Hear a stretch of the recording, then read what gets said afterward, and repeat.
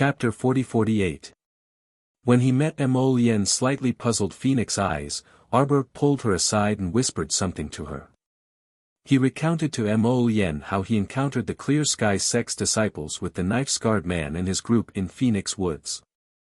When he mentioned how those people besieged her and were ultimately killed by them, Mo Lien's eyes also darkened. The Clear Sky sect's people haven't died out yet. The faction behind the Clear Sky sect resembles Tianyun but also doesn't.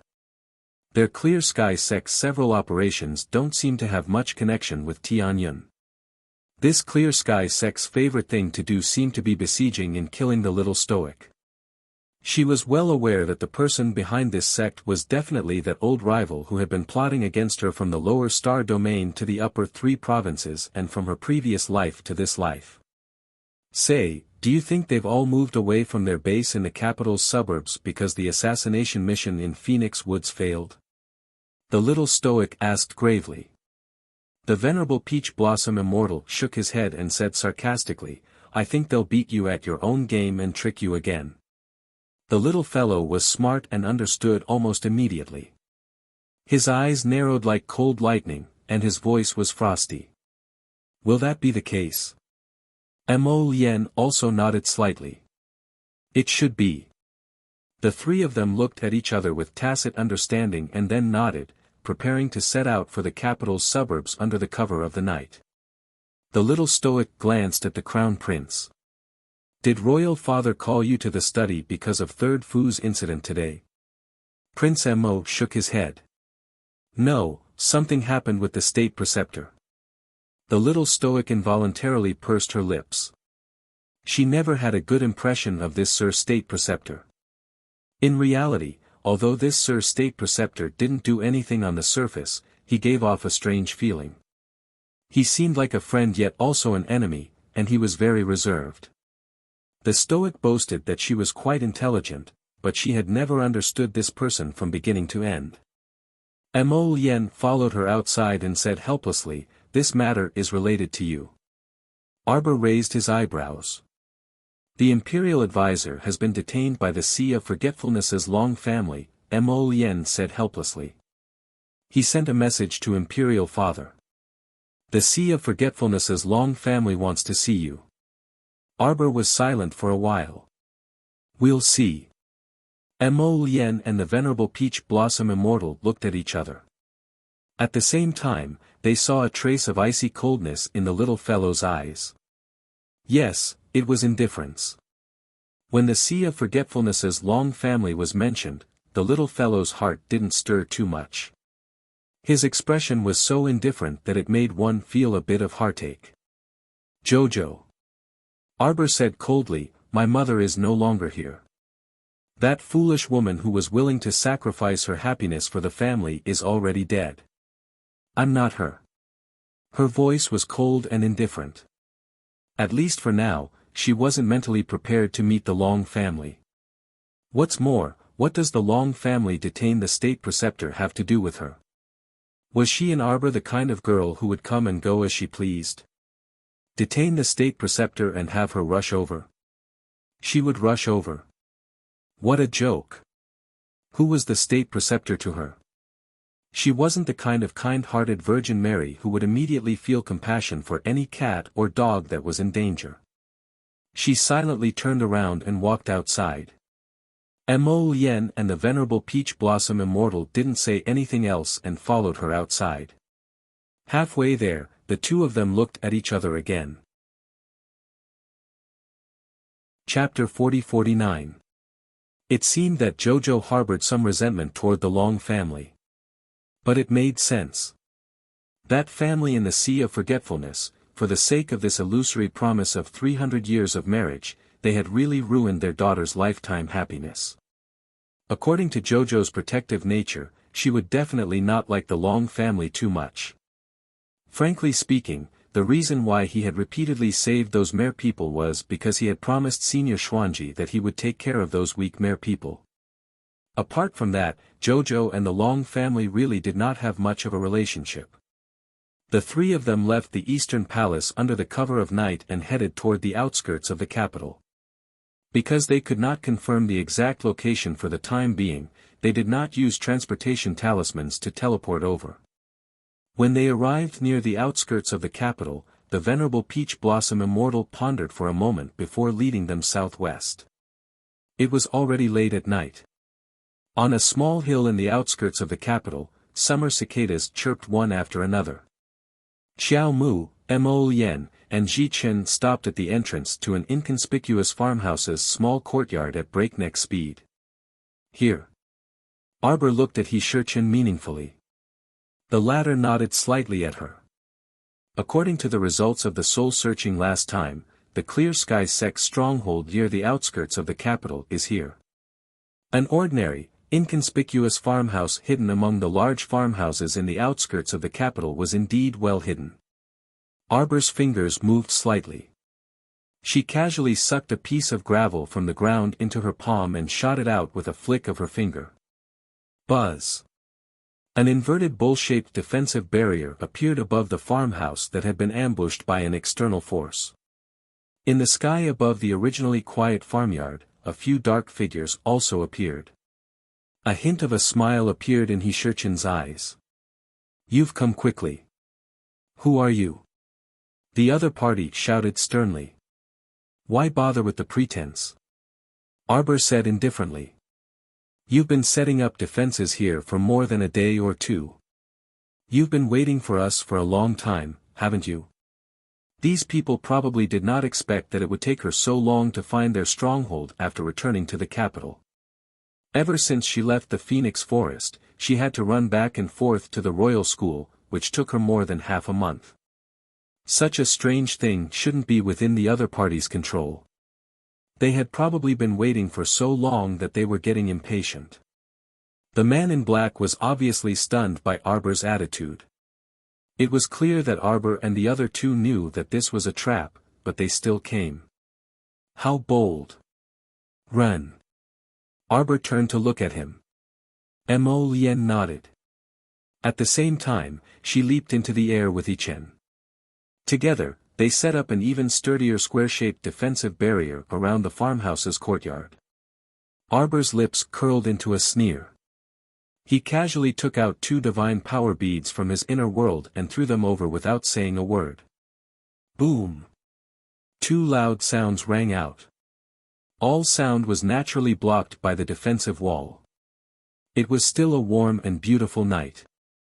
The nearby farms and cottages did not know that a large-scale battle was taking place here. The men in black who were suddenly attacked by the divine power beads hurriedly scattered in all directions in shock. But it was too late. The divine power beads tore a huge hole in the defensive barrier they had set up. The huge impact seeped in through the hole and sent a few people flying several feet away. Pu. The men in black were injured and vomited blood at the same time. Chapter 40-50. The look in his eyes changed abruptly, and then he turned around and ran toward the inner yard. Naturally, such a small manor wouldn't be too big. Xiao Mu waved her hand, and countless sand scorpions blotted out the sky as they swarmed toward this small manor to outflank it. Their movement speed was very fast, so fast that one could only see them clearly. They were black balls. It was as if a black wave had rushed into the courtyard and submerged the backyard in an instant.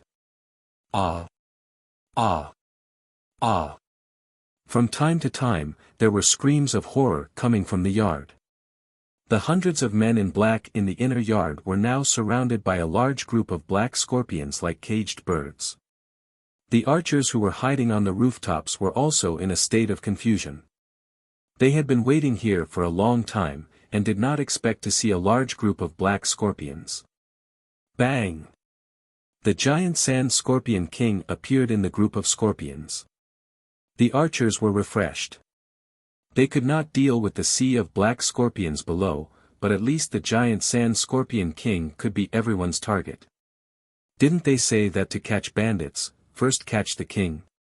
Maybe after they finished off the sand scorpion king, they could make the group of scorpions retreat. Thinking of this, the archers shot arrows at the sand scorpion king below. The arrows were all knocked down by the Sand Scorpion King's 2 huge iron pincers. The archers were secretly shocked. At this moment, one of them suddenly let out a miserable scream.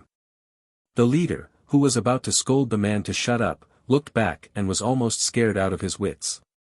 A ball of flame suddenly burst out of the man's chest and enveloped his entire body in an instant. The man screamed in pain, and the flame on his body seemed to spread. Someone was so anxious that without thinking, he was kicked off the roof and fell into the sea of scorpions. In minutes, he was gnawed until not even a bone was left. Everyone was scared out of their wits, and their faces suddenly changed unpredictably. At the same time, strange flames kept coming out of people's bodies, and they were also kicked off the roof and fed to the scorpions. "It's mosquitoes! Mosquitoes!" One of the men finally noticed the anomaly and screamed out. Under the night sky, mosquitoes that were smaller than fingernails naturally wouldn't catch anyone's attention at first. But when they saw the real strength of the fiery evil mosquitoes, no one dared to underestimate them. This was a group of things that could kill without spilling blood. Watch out for these strange mosquitoes. Just as an archer let out a cry, he saw a ball of fire burrowing out of his chest. Everyone looked at him in horror. Even the vice-captain was affected. How strange these mosquitoes were. The archers on the roof were too busy to shoot arrows at the Sand Scorpion King. There was a large group of sand scorpions below, so they were invincible as they surged towards the black-clothed man like a tide. Anyone who was dragged into the group of sand scorpions, no matter who they were, could not escape the fate of being gnawed into dregs. Xiao Mu's eyes were frosty as she stared at the utterly defeated men in black who were doing their best to slaughter the sand scorpions, and a cold sneer flitted across her eyes. Trap. Did they want to trap her? Ha! In the face of absolute strength, any trap was useless. It would only accelerate their exposure and send them to hell. Arbor's eyes were cold and indifferent. He raised a luminous pearl. Chapter 40-51. The luminous pearl's gentle and warm light instantly illuminated the pitch-black sea of sand scorpions below. It also made the black-clothed men who were struggling against the sand scorpions in a flurry of motion to look over with slightly distorted hands. They saw the little girl hovering in the air above this small farmhouse's courtyard. Her expression was apathetic and aloof as usual, and her pair of bright almond-shaped eyes appeared especially sharp and bright in the night. One of them couldn't resist bellowing at Arbor, "You knew long ago that there was a trap here, you did it on purpose." A vine whip slid in front of that black-clothed man and slapped his face. That person steadied himself with great difficulty and hacked at several sand scorpions around him before attempting to leap into the air again. Damn it! It was this feeling of being controlled again. His entire body felt heavy, as if he was being controlled by someone endlessly, and he couldn't float at all.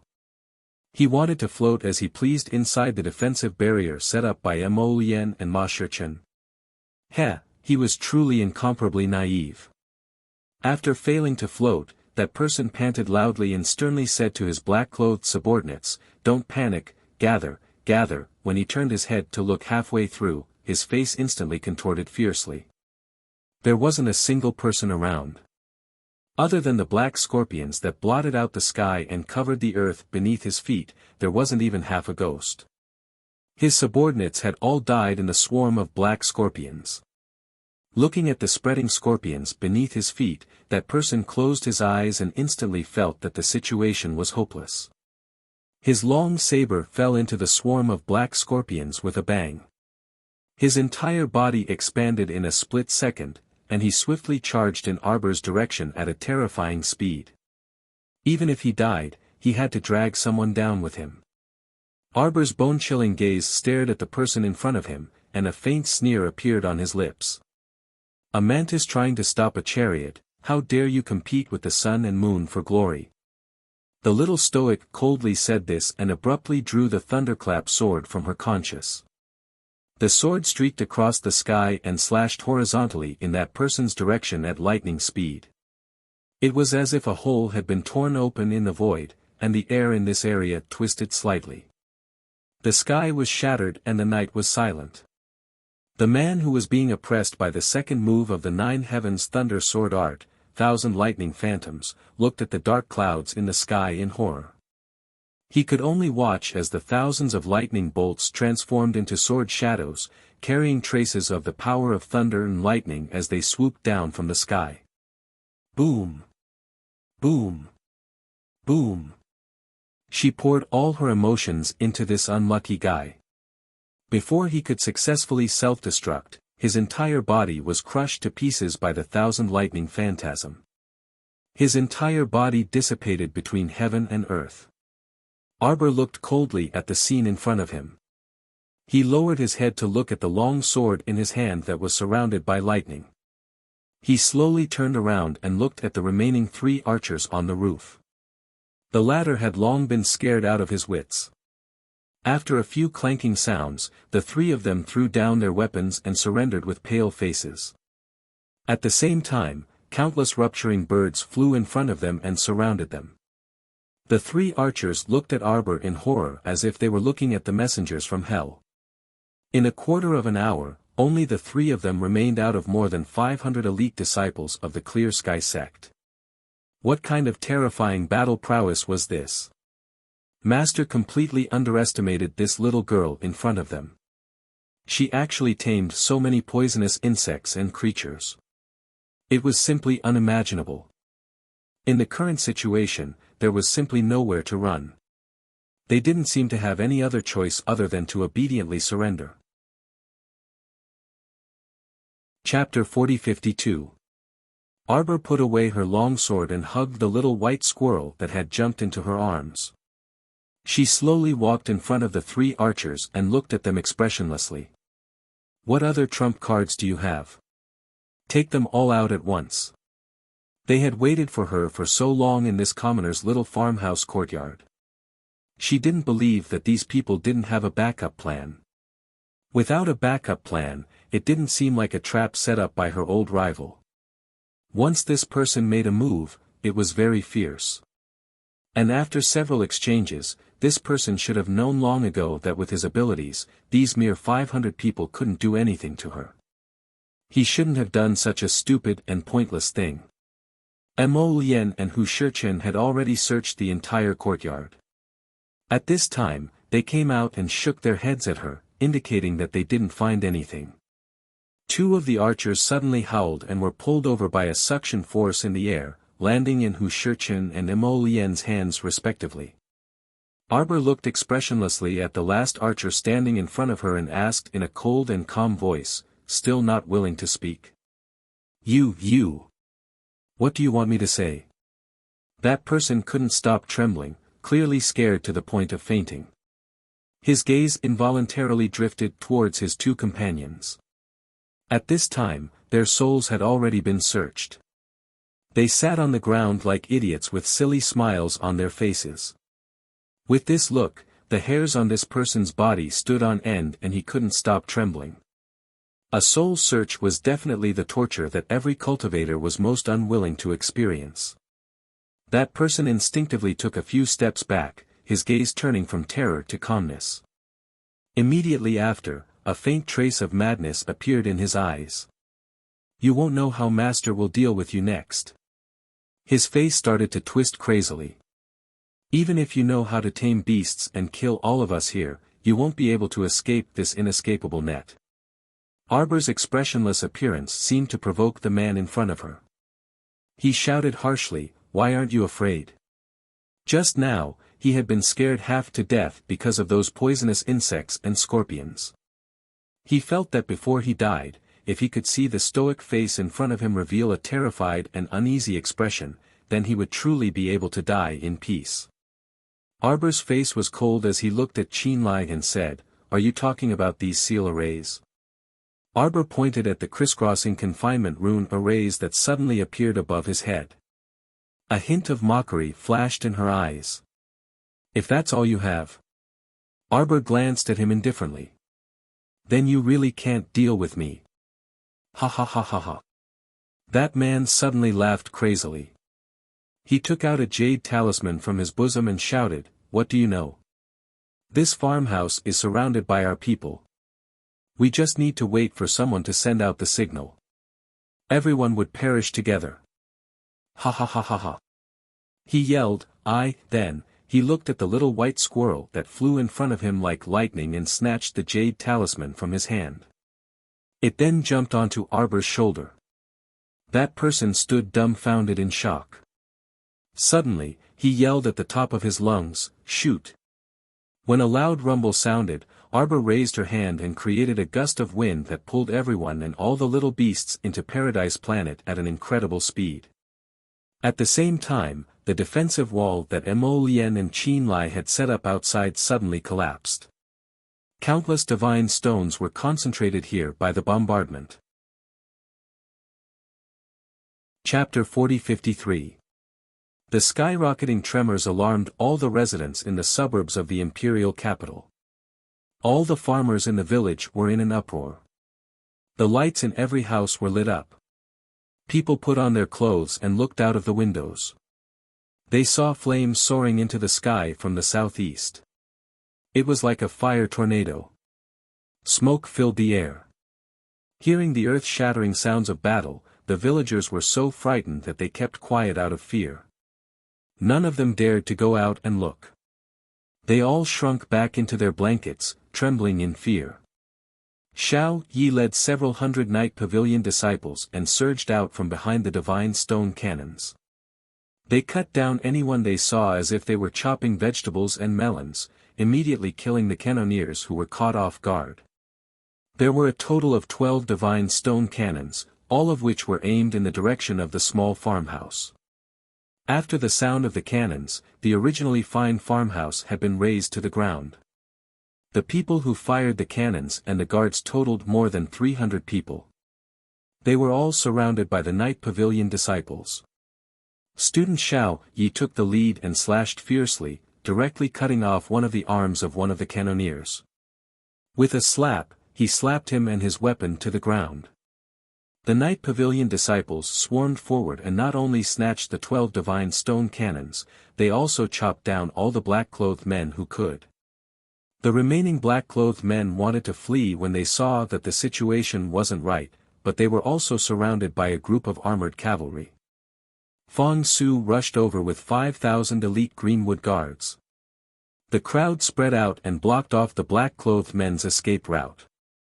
Without any explanation, they surrounded the Clear Sky sect disciples who were desperately trying to escape.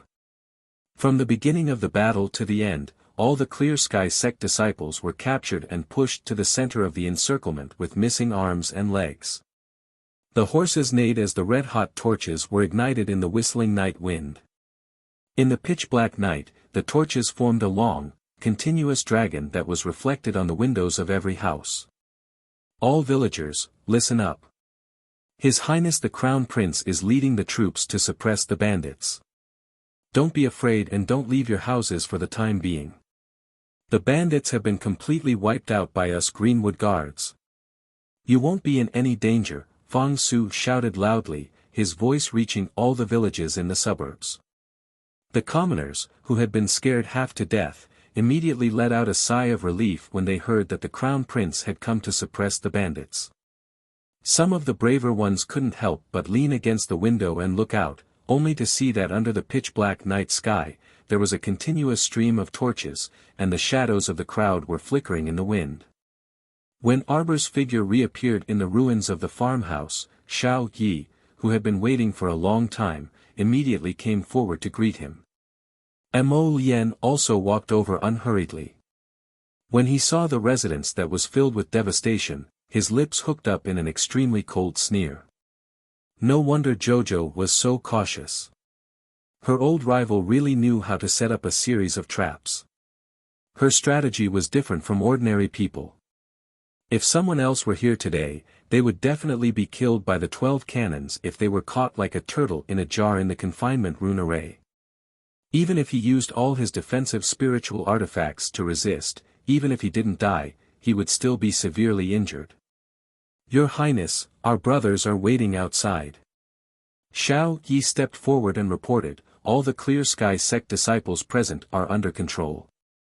Very good. Mo Lien nodded lightly and swept her gaze around in satisfaction. At this time, the Clear Sky sect archer in Jian Shichen's hand was already trembling from head to toe. His entire body was covered in blood, and he looked battered and exhausted. Chapter 40-54. Spirit, Spirit, Spirit. A spirit domain. A portable spirit domain. The archer's eyes were about to pop out of their sockets. In a moment of desperation, Arbor had dragged him in as well. His other two companions, who had already become idiots, had already been turned into minced meat by the god stone cannons.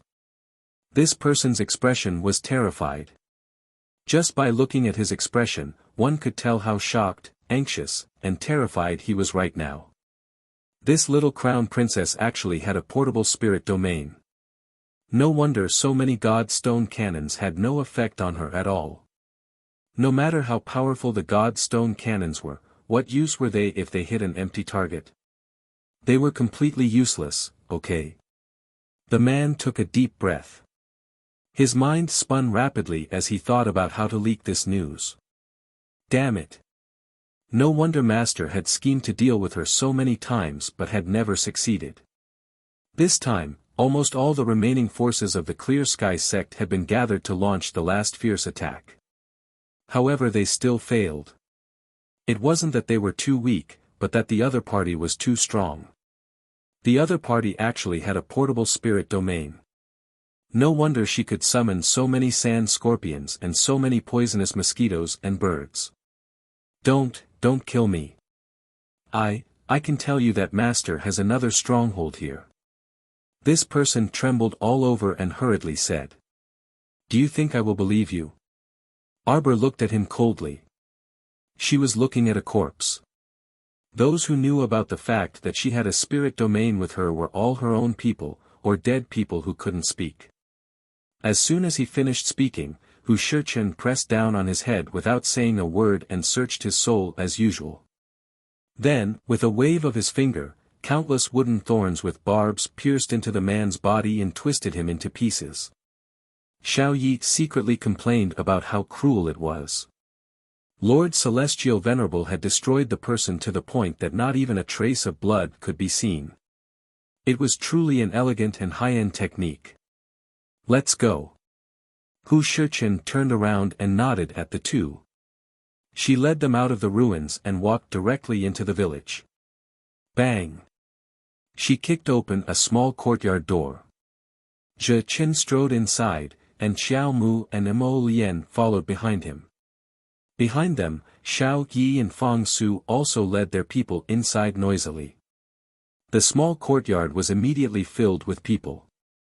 He Chen led the group to a small backyard and pointed at the old willow tree in the corner of the yard. Dig it up. Everyone swung their hose with a series of banging sounds. A secret passageway appeared under the tree. Yuan Shichen sighed and turned to Arbor. It's best not to have too much hope. This enemy is very smart. It seems that there won't be anyone too stupid among his subordinates. This place is surrounded by our men. The other party should have guessed that their whereabouts would be exposed tonight. Since he can't escape, he will probably, once I die, I'll end my life with my secrets. As soon as Jichen finished speaking, everyone rushed into the cellar in front of them and saw a lifeless woman lying on the edge of a wooden table. Arbor curled his lips and revealed a strange expression. He walked forward and grabbed the woman's hair to make her look up. There were countless poisonous insects on the old woman's face. Her nose, eyes, and mouth had been completely gnawed away by the poisonous insects. She looked extremely disgusting and terrifying. You are indeed not an ordinary person to be so ruthless to yourself. Arbor said coldly without changing his expression. A soul-summoning talisman lit up on his fingertips. His eyes were deep and cold. Is death useful? Chapter 40-55. As expected, this woman was extremely scheming. She knew that if those Clear Sky sect disciples were captured, one of them would definitely be forced to search their soul and expose her origins. At this time, the Crown Prince's troops had already surrounded the outside. If she rushed out, she would only expose her own identity. Thus, this woman went all out and swallowed poisonous insects and poisons, allowing these things to ruin her entire face. As a result, it was naturally impossible for others to easily recognize her identity. However, she didn't expect that in this world, there was a kind of almighty talisman master who could communicate with the power of heaven and earth and casually capture half of a person's soul after death. Of course, this method was very bad, because if an ordinary person died, their soul would definitely dissipate within 7 days. If her soul was forcefully extracted, it would definitely suffer the torment of being fried in boiling oil. After that, she would have to suffer the pain of her soul not dissipating for several days. The torment and pain of the soul was definitely not something a person's physical body could experience. Arbor wouldn't easily use this kind of talisman. However, this woman in front of her had a great enmity with her, so she couldn't be bothered to care whether she was dead or alive, whether she was in pain or suffering. The young crown princess raised a jade slip with her fingertips. With a flicker of light, a streak of light burrowed into the woman's blackened body.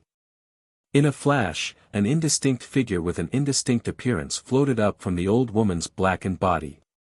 At first, it was enveloped by a light barrier and looked around in confusion.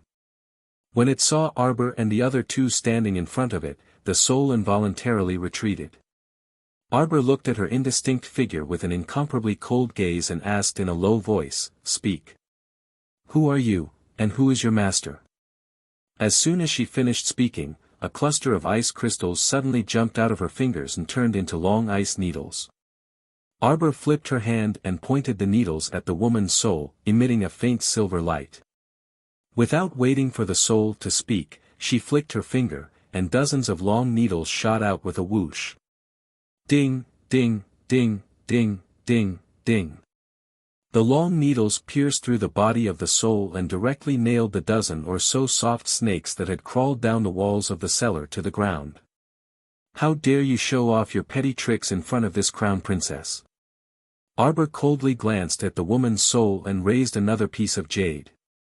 "Normal practitioners are ineffective against soul attacks, but that doesn't mean I can't do anything to you," Arbor said coldly. "If you don't answer me properly, I will keep your soul body captive and make you suffer the pain of thousands of arrows piercing your heart and lightning strikes for the rest of your life. Don't worry. As long as I want to, I can preserve your soul forever without any problems." Mo Yen and Yuan Shichen could clearly see that the woman's soul trembled a few times as if she had received a shock. Of course, she was afraid. He felt an enormous fear towards the dark future. "Now, I'll let you suffer." Arbor waved his hand coldly. The talisman transformed into the power of thousands of arrows that pierced through the soul body's limbs and bones. Prince Mo and the Venerable Peach Blossom Immortal really didn't expect that a soul body could let out such a tearing scream. The woman's originally indistinct figure flickered slightly like a candle flame. Her entire body curled up into a ball in pain and fell to the ground, holding her head and trembling. Chapter 4056. Arbor raised another talisman jade slip and coldly looked at the woman in front of him without any emotion in his eyes. That extremely cold gaze fell into the eyes of a soul body. It was so cold that it was like a ghost that had walked out of hell. This little stoic girl was simply more like a ghost than a ghost.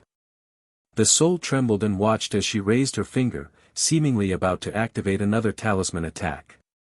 The woman shrieked in terror, "Talisman Master! Great Talisman Master!"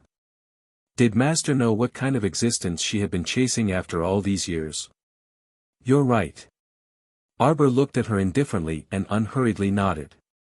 "I am indeed a great Talisman Master. I can make your soul beg for death." The woman trembled in terror and buried her head in her body. She curled up and raised her hands, swaying repeatedly. Don't attack me, don't. Arbor's fingertip moved, and amidst the woman's shriek, a beam of talisman power passed through her body. The woman, who originally thought she would suffer the sin of having her heart pierced by 10,000 arrows, suddenly felt as if her entire body was warm, as if she was basking in the faint sunlight she hadn't seen in a long time. After the talisman power of the restoration talisman was injected, the transparent soul's pained expression receded slightly, and she felt a bit better. "Don't worry," Arbor said coldly, "I said I wouldn't let you die like this." Another jade talisman appeared in her hand, and the power of a lightning talisman could faintly be seen slowly moving within. Lightning guiding talisman. The old woman's body contorted, and she hastily knelt down and kowtowed. "Spare me, spare me. Spare me, Crown Princess, spare me." "Who are you?" Arbor asked with a chilly expression. I am Madame Long's personal servant," the old woman said while trembling. "Xiao Xiao's surname is Wang. Everyone calls me Mammy Wang." "Which Madame Long?" "Yes, Madame Long Shoshin of the imperial capital's Long family's branch family." Arbor looked at her expressionlessly. After a while, he suddenly flung the lightning strike talisman in his hand, which attracted a bolt of heavenly lightning that exploded on the old woman's left hand. Ah! The sizzling power of the thunder curse spread through her soul. It was so painful that she almost doubted her life. It was too painful. It was really too painful. That kind of painful feeling was really indescribable. Arbor glanced at her and continued, "Are you still unwilling to tell the truth? If the dictum talisman could be used on souls as well, it wouldn't be so troublesome now." Mo Lien walked to her side and took her little hand. She glanced at the woman indifferently. "Do you think it's fine to push all the blame onto the Long family? The branch of the Long family can be considered to have escaped from the divine prefecture, but if we really want to capture them, it won't be that troublesome." It was just that there was no need for that at the moment. The soul trembled again, and then said in a weak voice, I'll tell you. I'll tell you everything. I'm begging the Crown Princess to give me a quick death. I only know that the person who has been contacting me is an old nanny surnamed Zhang. She really is the old nanny by Madame Long's side. If you don't believe me, you can check it out. Her surname is Zhang, and her name is Zhang Huilan. You're very generous. You gave me spirit coins to do something. The woman with the surname Wang screamed when she saw Arbor raise his hand. Chapter 40-57. He curled up on the ground and kowtowed repeatedly. The woman hurriedly poured out everything she knew like beans from a bamboo tube. It's really Your Highness the Crown Prince, Crown Princess. This old servant is telling the truth. She hurriedly said, "A while ago, this Granny Zhang even came to find me and gave me a large sum of money to do something at the Kaidai Pavilion." Arbor's eyes narrowed slightly, and he looked at her coldly. "Speak clearly." Yes. The old woman hurriedly explained everything from beginning to end. It turned out that it was this old woman who had worn the Zhang Fuwa mask, disguised as a man, and instigated the Zhang family to carry their second son's corpse to the Kaidai Pavilion to cause trouble. Arbor sneered. "Then you were also the one who poisoned the 8 members of the Zhang family to death in prison?" The old woman immediately shook her head in fright. No, Crown Princess, this old servant didn't do it. This old servant only accepted Zhang Huilan's mission and went to find the Zhang family's old madam. I told them about this matter and gave them a sum of money. Apart from that, this old servant really didn't do anything. It's true, it's absolutely true. The old woman knelt and begged for mercy, kowtowing repeatedly. Arbor's cold gaze swept over her, and he didn't speak for a long time. A faint trace of disappointment flitted through her eyes, and she asked in a low voice, "How do you usually communicate with Zhang Huilan?" I have a jade talisman for communication. It's buried in that crack in the wall. Where is that Zhang Huilan right now? She followed the long family and ran away, the woman said shakily. In other words, no one can prove whether what you're saying right now is true or false. Xiao Mu sneered, throwing her a gaze that was as chilly as a snowy soul. What I've said, every word of it is, it's true, it's true. Little grand aunt, I don't dare to lie to you. As he spoke, a shadow flashed at the entrance of the cellar. Stay up late and a few night pavilion disciples walked over, each carrying a person. Everyone bowed toward Mo Lian and Xiao Mu in greeting. "Oh," he said with a chuckle, "Crown Prince Consort, we've captured them." As soon as they finished speaking, a few trembling figures were thrown to the ground by their hands. They fell to the ground in front of the little crown princess. The woman's shadow, which was originally huddled together, suddenly stood up. She bared her fangs and brandished her claws, and was about to charge forward. But in an instant, she was frozen in place by a body-securing talisman. "Spare my life, spare my life." 4 or 5 people were crawling on the ground. They were in a sorry state and were only wearing underwear. It was obvious that these people had been dragged out of their beds and brought here. There were men and women, young men and women, as well as 13 or 14-year-old boys and girls trembling in fear. Granny Wang, the Crown Princess, saw that you were lonely on the road to the Yellow Springs, so I brought your family here. Arbor's eyes were cold, and his voice was indifferent. How about I send your family to the Yellow Springs to accompany you? No, no. No. The Wang woman finally knew fear. Her entire shadow trembled like a sieve, and she couldn't stop shaking. No, Crown Princess, you can't do this. Why can't I do it? The little Crown Princess coldly interrupted her. Humph, you smelly bugs. Every day, you think of ways to make my life difficult. Now you know fear. Chapter 40-58. Ha! The little stoic's voice was extremely bleak and apathetic. How about I let you all have a taste of drifting in the void for several hundred years? She raised a blue flame in her hand and aimed it at the people kneeling on the ground. She berated harshly, "If you don't speak, then all of you can die." "No, don't." Madame Wang let out a high-pitched shriek. "This old servant is willing to speak. Willing to speak. Willing to say anything. I beseech the Crown Princess to be magnanimous and let off my family's juniors." Arbor's apathetic gaze turned towards her. "That Zhang Huilan, I know. I know. She didn't escape with the Long clan. Instead, she was taken to a big aristocratic family. Although they did these things behind my back, I still discovered some clues. That Zhang Huilan is in contact with the Mu family." "The Mu family?"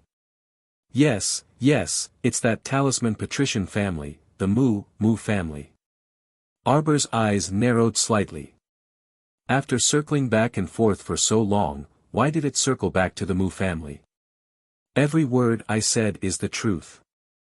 I dare to swear, I dare to swear on my soul that if I deceive the Crown Princess even half a sentence, I will be struck by lightning and have my soul scattered. I won't even be able to be a pig, a cow, or a lamb in my next life." As expected, it was a very vicious oath. Arbor swept her a cold glance and said with a nod, "Remember what you said today." After saying this, he stored this soul into a storage talisman with a wave of his hand. Arbor glanced coldly at the men and women pretending to be quails on the ground and walked out without a word. "Let them go after we verify whether her words are true or false." Aoyi waved his hand, and someone escorted the wailing men and women away. This old ghost was very crafty. Even at this time, she still wanted to swear loyalty to her master. Unfortunately, as long as the night pavilion targeted someone, it was impossible to not know their identity and background. Is she telling the truth? The venerable Peach Blossom Immortal turned to look at Mo Lian and asked. It's half true and half false. Prince Mo sighed. Oh. At this juncture, she still dares to not tell the truth. That old scoundrel definitely knows more than just this. Jojo is still too soft-hearted. A cold light flashed in Mo Lian's eyes, and her sight fell on the storage amulet that contained Wang Mama. The storage talisman trembled, and his father's extremely faint figure immediately fell down. Trembling, he knelt on the ground. Before Mo Lian could say anything, she kowtowed and said, "Your Highness, this old servant is speaking the truth. This old servant has already." Mo Lian waved her hand, and Stay Up Late came in with a tray. There were 2 bloody fingers on it. Ah! The old woman's face, which was like an afterimage, twisted with all her might. It's just 2 fingers now. Mo Lian curled her lips mockingly. Perhaps in less than a quarter of an hour, it will be an arm or an eyeball. You're very good. You fooled my Jojo. Mo Lian looked at her indifferently and said, "You know that the crown princess won't really do anything to your family. You figured out her personality very well. Yes, the crown princess won't take her anger out on your family." Mo Lian smiled and nodded at her. She inched closer to the old woman and said in an extremely faint voice, "I will. My babies, my mother fell and fractured her bones. I've been accompanying her in bed since last night." Chapter 40-59. What was the use of torturing this shrew? Only by torturing what she cared about, and what she cared about would she tell him everything honestly, wasn't that so? To him, reputation and whatnot were not as important as his Jojo. This old shrew was willing to commit suicide for her master and didn't hesitate to die in such a gruesome manner. She didn't even care about her dignity. Why did she do it? Wasn't it because she wholeheartedly wanted to protect the person behind her? In this way, only by using a heavy hand on her would she be able to reveal something useful to them. Ao Yi sat down at the table and took out a pen. He recorded everything the elderly woman said under the dim light in the cellar. Line by line, Prince Mo asked, and the elderly woman answered. She was very tactful and didn't leave out any details. Right now, elderly Lady Wang was very clear that as long as she left out half a sentence or said something that didn't satisfy His Highness the Crown Prince, she might be able to receive her grandchildren's hands or legs again very soon. Husband. Arbor went up to get some fresh air but didn't see Mo Lian and the venerable Peach Blossom Immortal coming up, so he dashed back into the cellar. However, he saw Mo Lian and Ma Yechen walking over. Mo Lian smiled faintly and pulled her small hand over, stuffing a piece of paper into her small hand. "Write it all down. See if it's useful." Sir Jojo looked down and flipped open the paper, reading each line one by one. The more he read, the deeper and more terrifying the chill in his eyes became. In the end, it was so intense that water was about to drip out. So it was this person. So it was this person who had been scheming in the dark all this time, constantly clinging on to her and wanting her to lose everything.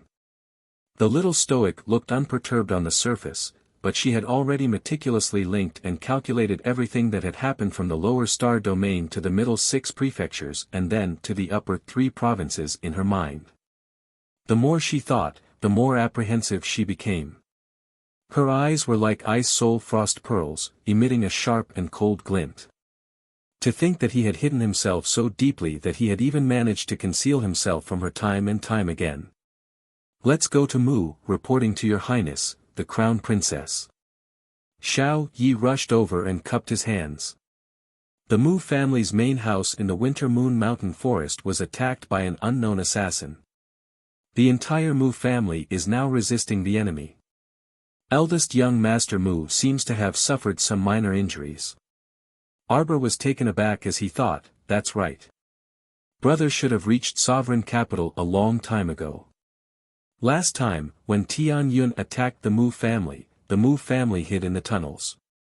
Who would have thought that not long after, they would come again? Does Tian Yun really want the Mu family's talisman technique? Or some people have been coveting the Mu family's talisman technique for a long time. Arbor clenched her fist and held the piece of paper tightly in her hand. She looked up at Mo Yen, who was smiling at her, and said, "Let's go." The latter naturally nodded. The group of people quietly left the farm. Mo Yen arranged for Fang Su to lead a part of the Greenwood Guards to pacify the people. The rest followed Ao Yi, Xiao Yi, and the other Night Pavilion disciples to Winter Moon Mountain Forest together with Prince Mo and the little Crown Princess. Under the heavy night sky, the sounds of battle shook the sky in Winter Moon Mountain Forest. Blood had already flowed like a river at the Mu family's entrance. Compared to the previous night attack, the Mu family's casualties were obviously more disastrous this time. Even the Mu family's old patriarch didn't expect that Tian Yun would make a comeback after just a few days and attack them again. And what shocked them the most was Chapter 4060. The person who led the team to the Mu residence to kill them was actually their former Mu family head. Mu Jingfeng. Mu Jingshua spat out a mouthful of blood, nonchalantly wiping the blood off his face. His eyes stared fixedly at the familiar figure standing at the Mu family's mountain entrance with his hands behind his back, and he could not help but burst into wild laughter. Mu Jingfeng. I really didn't expect that the one who brought people from the heavenly fate realm to harm our family was actually you. Mu Jingfeng. Are you still human? You actually, an elder was only halfway through his words when he suddenly realized that Mu Jingfeng was swatting a palm at him. A bolt of lightning struck the elder's body with the force of a thunderbolt. His upper body was instantly broken, and his entire body was like a book. With a crack, he was slammed shut by a palm. Seeing that Mu family elder's death was especially gruesome, the other elders' expressions immediately changed drastically. Mu Jingshua sternly shouted, "Everyone, don't be courteous with him. Attack together." Several elders of the Mu family timidly took 2 steps back. The remaining 5 elders, including Elder Dao and Elder Du, quickly followed Mu Jingzhuang and rushed forward. Ha! Mu Jingfeng stood with his hands behind his back, assuming the posture of an expert as he cast a sidelong glance at everyone. With a wave of his palm, he sent out another wave of lightning spiritual energy. Sizzling sounds were heard, and countless bolts of lightning burrowed into an elder's body like thin snakes. It instantly caused the elder to wail miserably. Everyone could not help but shudder. They saw that elder's body seemed to be grabbed by a force as he floated up into the air. Countless snake-like lightning bolts flowed through his limbs and bones, ultimately converging on his face and head. Elder! Mu Jingshua roared, his eyes about to pop out of their sockets. Sizzling sounds could be heard coming from that elder's face as countless electric currents twisted under the skin on his face like snakes. Not long after, with a pop, his face exploded, and his facial features were instantly destroyed by the power of lightning. His flesh and blood were badly mangled, and his entire face was flattened by the explosion. The disciples of the Mu family shuddered in unison. They clenched the weapons in their hands and involuntarily took a few steps back.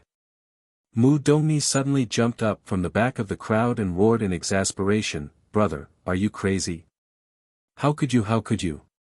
Halfway through her words, Mu Dongni met Mu Jingfeng's gaze.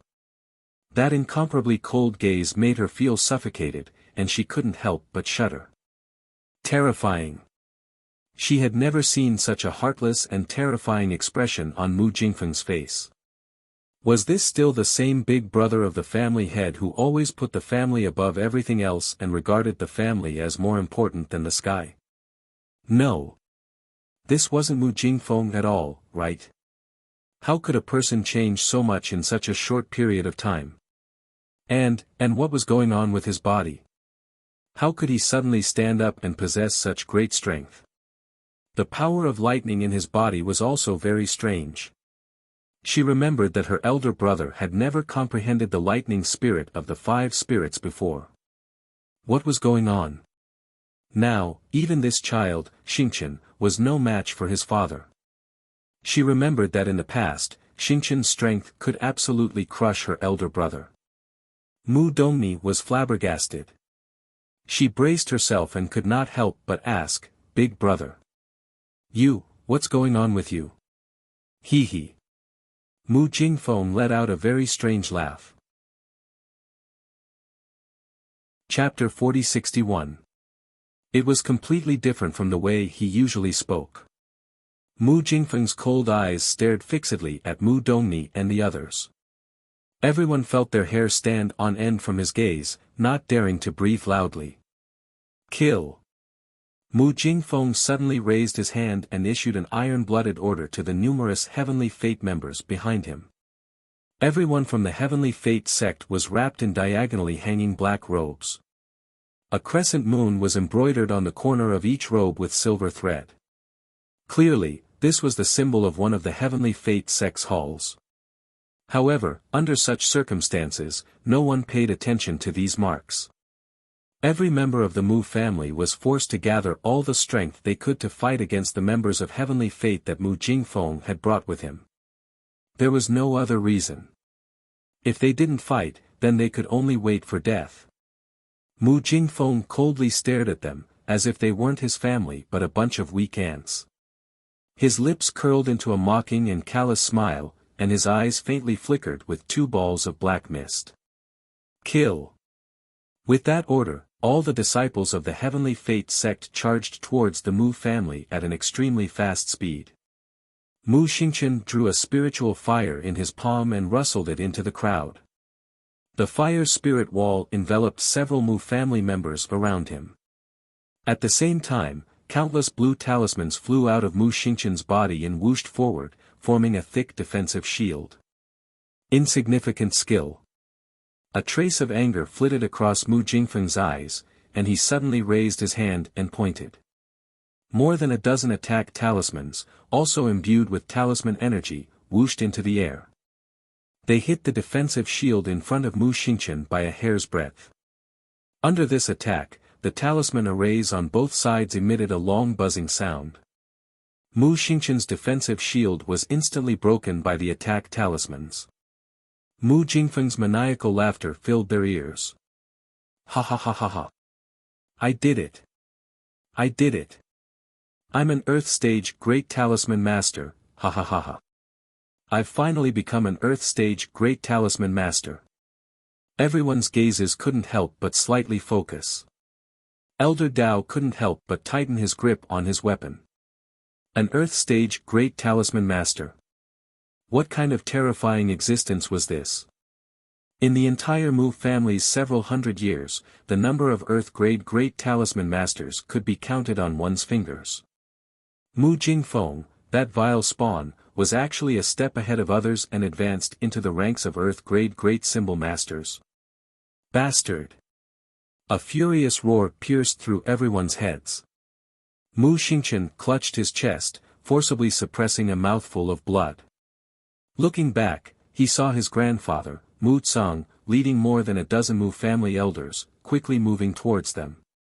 "Beast, why aren't you stopping?" Mu Tsang coldly glared at Mu Jingfeng, his eyes full of disappointment and hatred. Who would have thought that his eldest son, who was so outstanding when he was young, would actually end up in such a state with the Mu family? He actually led people to attack my family. How much does he hate my family? Mu Jingfeng's eyes revealed a trace of hatred as he pointed at Mu Tsang and scolded, "You still dare to put on airs in front of me at a time like this? Why are you looking at me like that?" This father of his, there was not a single thing that he was satisfied with. Every time, he would look at her with a look of utter disappointment, as if she was nothing more than a bug in a manure pit, completely unworthy of his attention. He hated it too much. He hated his father's heartlessness, stripping him of his position as the family head. Chapter 4062. He hated even more the person who had crippled him and forced him to step onto this underworld path. That's right, he hated them. He came to take revenge on them. However, that little bastard was truly the most hateful. However, he brought people to attack the Mu family this time. Even if he captured everyone in the Mu family, he probably wouldn't let that little bastard submit. After all, this little bastard was incomparably cold and heartless from the bottom of his heart to the depths of his bones. She would not sacrifice her own interests for these Mu family members. Mu Jingfeng narrowed his eyes and coldly stared at family head Mu. If you're willing to hand over the talisman remnant scroll, I can still spare your lives. Big brother, don't keep making mistakes. Mu Dongni could not help but cry out. I'm doing this because you're forcing me. Mu Jingfeng sternly looked at everyone, his face contorted malevolently. Xingqian, go to the ancestral hall and bring the talisman remnant scroll to father. Mu Xingqian coldly looked at the man in front of him, as though it was his first time meeting this person. His eyes did not have the slightest bit of warmth for a son respecting his father as he coldly said, dream on. Ha! Ha ha ha ha ha. Mu Jingfeng's face contorted as he laughed heartily. Men! Smash the Mu family's ancestral hall for me. Mu Jingfeng's face was frosty as he gave the order. Use this jade talisman to break the array in the ancestral hall. Bastard! Countless Mu family disciples and elders were visibly moved as they glared angrily at Mu Jingfeng's crazy behavior. This was too crazy. As a member of the Mu family, this Mu Jingfeng could actually do such an inhumane thing. Fight it out with them. Mu Jingshua angrily shouted with reddened eyes as he flew toward Mu Jingfeng. You're courting death. Mu Jingfeng sternly shouted and raised his hand to slap Mu Jingshua's chest. With a crack, Mu Jingshua's sternum was shattered by his palm. He flew backward and fell heavily to the ground. Pfft! Mu Jingshua spat out a mouthful of blood and fell to the ground, instantly losing consciousness. Jingshua! Shouted Patriarch Mu angrily. He turned his head and looked at the ancestral hall. A group of Heavenly Fate disciples was indeed running in that direction. Mu Jingfeng chuckled. Since you won't give it to me, then I can only personally bring my men over to get it. Ah! Several disciples of the Mu family who had come forward to intercept the Heavenly Fate sect were chopped to the ground. They could only watch as hundreds and thousands of Heavenly Fate sect disciples in black robes ran towards the ancestral hall. Smash it for me! Mu Jingfeng bellowed. All the disciples of the All-Fate sect swarmed forward and smashed the tablets in the ancestral hall. The disciples of the Mu family rushed over, but the ancestral hall was originally only so big. In addition, everyone was crowded there, so they couldn't play at all. As soon as the battle broke out, half of the ancestral hall was affected by the power of the battle and collapsed with a rumble. When Arbor arrived, he saw this scene. Her mother's memorial tablet was held in her big brother's arms. Her big brother's chest was stained with blood, and he was currently fighting with two Tianyun sub-leaders. From the looks of it, he was at a disadvantage. Who dares to disturb my mother's rest? Arbor's voice was ice-cold. All of you can die for me. Boom! A ball of divine power unexpectedly exploded in the middle of the group of Heavenly Fate disciples. The divine power ball with a large area of destruction instantly blasted many Heavenly Fate sect disciples into pieces. Wails of agony filled the air. The 8th night watch ends. I'm sleeping soundly. I'm exhausted. Chapter 4063. Little Bastard. Mu Jingfeng had just let out a curse when he saw a black flame heading straight for his face. It was fast, so fast that it was practically impossible to dodge. Mu Jingfeng's expression changed slightly. He only had time to apply 7 to 8 defensive talismans on himself before colliding with that black flame. He was instantly engulfed by the black flame and sent flying. Mu Jingfeng simply did not dare to believe his eyes. He was actually sent flying by someone else's black flame. When his body landed heavily on the ground and he heard a crisp sound coming from his back, he belatedly realized that he had been knocked to the ground by someone. How was this possible? He had already risen to become a 6th-level god-tier master, alright. That was why he could crush Mu Xingqian and most of the people in the Mu family. But now, he was actually crawling on the ground like a dead dog. He completely did not dare to believe that he had actually been hit by someone and was lying on the ground again. No, that's impossible, that's impossible. Mu Jingfeng lay on the ground and shook his head repeatedly. He absolutely did not believe that he could not get up again. That was impossible. He had barely stood up for a day. He had suffered so much pain and experienced so many hardships before he could finally recover his strength and was even more powerful than before. He had stood up. He had brought so many disciples of the heavenly fate realm back to the Mu family to crush these Mu family members who had once stripped him of his position as family head and trampled on him. But now he was completely crushed by a person who didn't even see his hand gesture clearly. Arbor did not care about how Mu Jingfeng, who was lying on the ground and could not help but curl up from the pain in his back, was doing right now. She only knew that Mu Jingfeng had brought so many disciples of the heavenly fate realm to smash the Mu family's ancestral hall for his own selfish desires. He had even almost smashed her mother's memorial tablet. Just based on this point alone, it would not be enough even if he died 10,000 times. You guys are truly disgusting. Arbor coldly stared at the group of black-robed people standing in front of her. With a wave of her small hand, a blue spark slowly ignited. You dare to come and smash my mother's ancestral hall? I'll let you filthy creatures in the corners never reincarnate. Her voice was abnormally cold. Although her tone was extremely calm and unhurried, the words that came out of her mouth made people shiver uncontrollably. It was bone-chilling.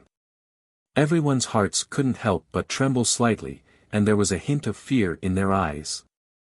Arbor raised his hand, only to see the blue spark floating on his fingertips ignite a beautiful arc in the air. Mu Jingfeng was sprawled on the ground. He was in so much pain that he couldn't stop moving his body as he bellowed, "Disperse! Spread out!" All the disciples of the Heavenly Fate sect were startled, but they obeyed the order and quickly spread out. At the same time, the blue sparks in Arbor's hand were already falling from the sky. Countless beautiful blue flowers bloomed like fireworks, crackling and bursting, rustling and falling into the crowd. The moment a disciple of the Heavenly Fate sect was hit by the blue sparks, blood immediately blossomed. Mu Jingfeng's back was severely injured, and he could not get up for a while. He could only move his body bit by bit, wanting to get away from the blue flames. Chapter 4064. However, these little blue flames attacked indiscriminately. Mu Jingfeng was sprawled on the ground, so it was difficult for him to move, so it was naturally difficult for him to avoid being hit. After several blue flames exploded on his body in succession, Mu Jingfeng couldn't help but snort angrily. He shouted sternly, "Arbor! You unfilial daughter! You actually dare to treat your father like this?" Arbor turned a deaf ear to this person's clamor. Blue spiritual cleansing fire poured out endlessly, and countless blue flames blotted out the sky and formed a nebula in midair. With a light tug from the little stoic's slender hand, they abruptly plummeted downwards. The blue flames seemed to be sentient and smashed towards the black-robed people as if they had grown eyes. In the blink of an eye, they had already smashed a dozen or so Heavenly Fate disciples to the ground. When the surrounding Mu clan disciples heard this, their spirits were greatly roused, and they each gripped their spirit weapons and fought back with all their might. If they didn't counterattack now, what were they waiting for? This was a once-in-a-lifetime opportunity, and they wouldn't have another chance if they missed it. At this time, the Mu clan disciples were also riled up by the killing. There was no need for Mu Jingyuan and the others to command them. These Mu clan disciples automatically formed small teams and cooperated with each other to charge at those unlucky black-robed people of the Heavenly Fate sect. Although the Mu clan disciples weren't very cooperative, fortunately, both sides were actually completely exhausted after a round of fighting. The Heavenly Fate Sect's people were being suppressed by the little Crown Princess's group, so how could they exert even half of their strength? Hence, the Mu clan disciples seized this opportunity to swiftly counterattack. They didn't care about any order or morality as they ganged up on one person and beat them up violently until they annihilated them. Arbor looked on coldly from the sidelines. He stood outside the crowd and slowly walked towards Mu Xingqian.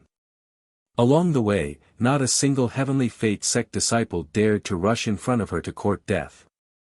In reality, she didn't even need to lift a finger if there were any blind people who wanted to jump in front of her. Mo Lien, He Chen, and the others would have dealt with them remotely long ago from 3 feet away. With an icy expression, the little crown princess stepped on the blood-soaked ground and slowly arrived in front of Mu Xingqian. She reached out to take her mother's memorial tablet from him. Jojo. Mu Xingqian heaved a sigh of relief, but before he could say anything, she flicked a healing pill into his mouth. Arbor lowered his head slightly, revealing half of his slender white neck.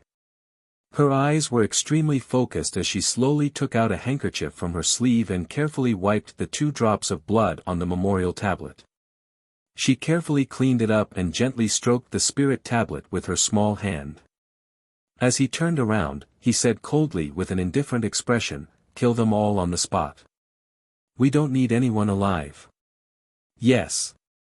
Countless black shadows obeyed the order and rushed into the battle circle. They caught the black-robed man and chopped his head with 3 sabers and 2 swords. Countless unlucky disciples of the Heavenly Fate Sect immediately fell to the ground, unable to get up. The disciples of the Mu family held the swords in their hands and retreated to the side in a daze. Because there was no need for these weak chickens to make a move. The underworld court guards took over the mission of killing him, and they acted quickly and decisively. In less than a moment, they eliminated more than half of the Heavenly Fate Sect disciples as if they were chopping vegetables. A underworld court guard kicked away a Heavenly Fate Sect disciple beside him. As he turned around, the sharp edge of his sword sliced open the throat of a black-robed man behind him. The cold light flashed past as fast as lightning, dazzling everyone's eyes. Chapter 4065. A head was sent flying into the distance. The nether court guards were well trained and moved extremely quickly. Every one of them controlled their divine power and attached it to their spirit weapons. They never wasted their energy hitting the other party's limbs and only focused on chopping off the head. What was the use of a Providence disciple if you didn't chop off his head? So what if you only hit his limbs? He could still move no matter how crippled he was. The Mu family disciples were all dumbstruck at this moment, and many of them looked down at their hands in a daze. Just a moment ago, they were still being beaten to a pulp by these crooked cultivators and were practically powerless to retaliate. After the young crown princess led her men over, the situation immediately reversed.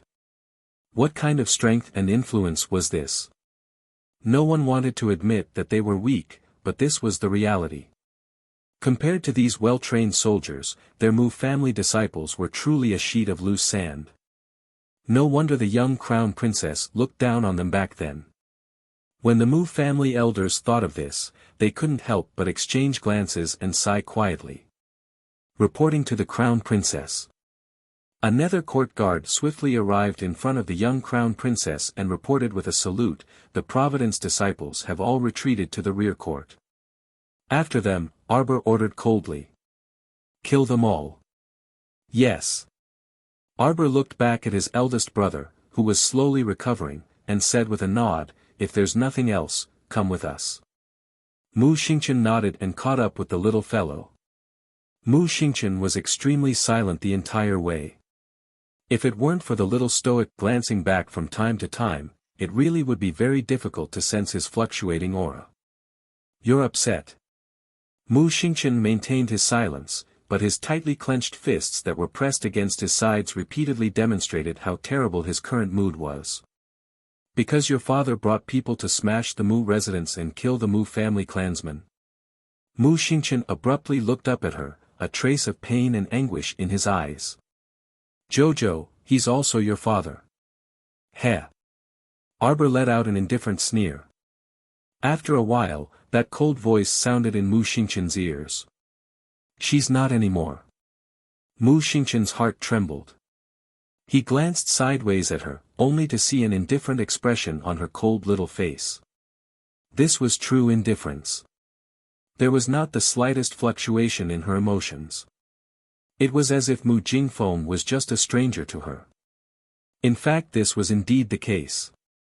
To Jojo, Mu Jingfeng had never fulfilled his duty as a father. When Jojo was struggling to survive in the lower star field, what was Mu Jingfeng doing? He spent Long Chuyun's dowry, 8 delicacies, and raised a charming mistress. He enjoyed all the glory, splendor, and wealth. He was of no help to Jojo at all. Even after Jojo returned to Shenzhou, if he was willing to show a trace of kindness to Jojo, perhaps the father and daughter would not have ended up like this. No, there was nothing. Mu Jingfeng probably only coveted Jojo, spied on her, and used her. He coveted her talisman technique secrets and wanted to constantly spy on her. He wanted to use her identity as the crown princess to obtain some benefits. He had never treated her sincerely, so why should Jojo reciprocate with sincerity? Mu Xingqian heaved a long sigh. It was no wonder Jojo disliked him so much.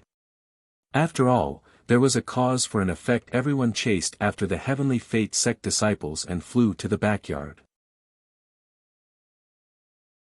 Chapter 4066. Who would have thought that the moment they stepped through the backyard's arched door, they would hear a sweet laughter. Heh heh. I advise you not to act recklessly. The soft voice was carried by the wind into everyone's ears. Mu Xingqian and the rest stopped in their tracks as they stood at the arched door and looked inside. Over 300 black-robed Heavenly Fate sect disciples came out from one end of the garden and surrounded a red-clothed beauty like stars drying the moon. That beauty wore a thin and soft satin dress with a bow tied at her chest. Her dress was loose, revealing half of her round shoulders. Thorny Rose, Mu Jingfeng called out with slight excitement. He did not expect that Vice Hall Master Thorny Rose would also come. Then, there was definitely hope for him. However, that woman called Thorny Rose merely cast a sidelong glance at him and immediately revealed an extremely disdainful expression. Why are you paralyzed again? Thorny Rose sneered and shook her head mockingly. You're really too weak. You're always paralyzed on the ground and can't get up. How are you going to work for our organization like this? Mu Jingfeng's complexion immediately turned green and white from this woman's disdain. He was indeed in a very sorry state right now. Mu Jingfeng, whose back was in incessant pain, simply could not stand on his own. At this moment, he was being supported by 2 Heavenly Fate sect disciples and could barely stand there. Although he was very angry inside, he still had to pretend to be a grandson and smile obsequiously. Yes, it's my fault. I underestimated this group of Mu family members too much. Jingfeng. Elder Mu was furious, his pair of ox-like eyes practically popping out of their sockets. Look at this good son of his with that flattering appearance. Was this still the once awe-inspiring Mu family's previous patriarch? Don't call me that. Mu Jingfeng angrily glared at Mu Tsang, his eyes brimming with hatred and anger. If you truly had the slightest bit of familial affection for me, you wouldn't have caused me to be in this state today. The Mu family's first elder's face darkened, and he could not help but sneer mockingly. Why don't you find the reason from yourself? Why did ancestor Zhaoyang change your position as patriarch? This shows that you simply don't have the ability to sit in this position. Shut up! Mu Jingfeng screamed, his entire body trembling in agitation. The 2 Heavenly Fate disciples who were supporting him were already exhausted after the battle. At this moment, Mu Jingfeng's entire body was trembling and struggling, and they nearly failed to support him. Mu Jingfeng hurriedly turned to look in Thorn's direction and begged with a fawning expression, Vice Hall Master, please give me another bottle of recovery medicine. I will cherish it this time. I won't let myself fall again. Humph, Thorny Rose let out a cold snort from her nose. Clearly, she disapproved of his words.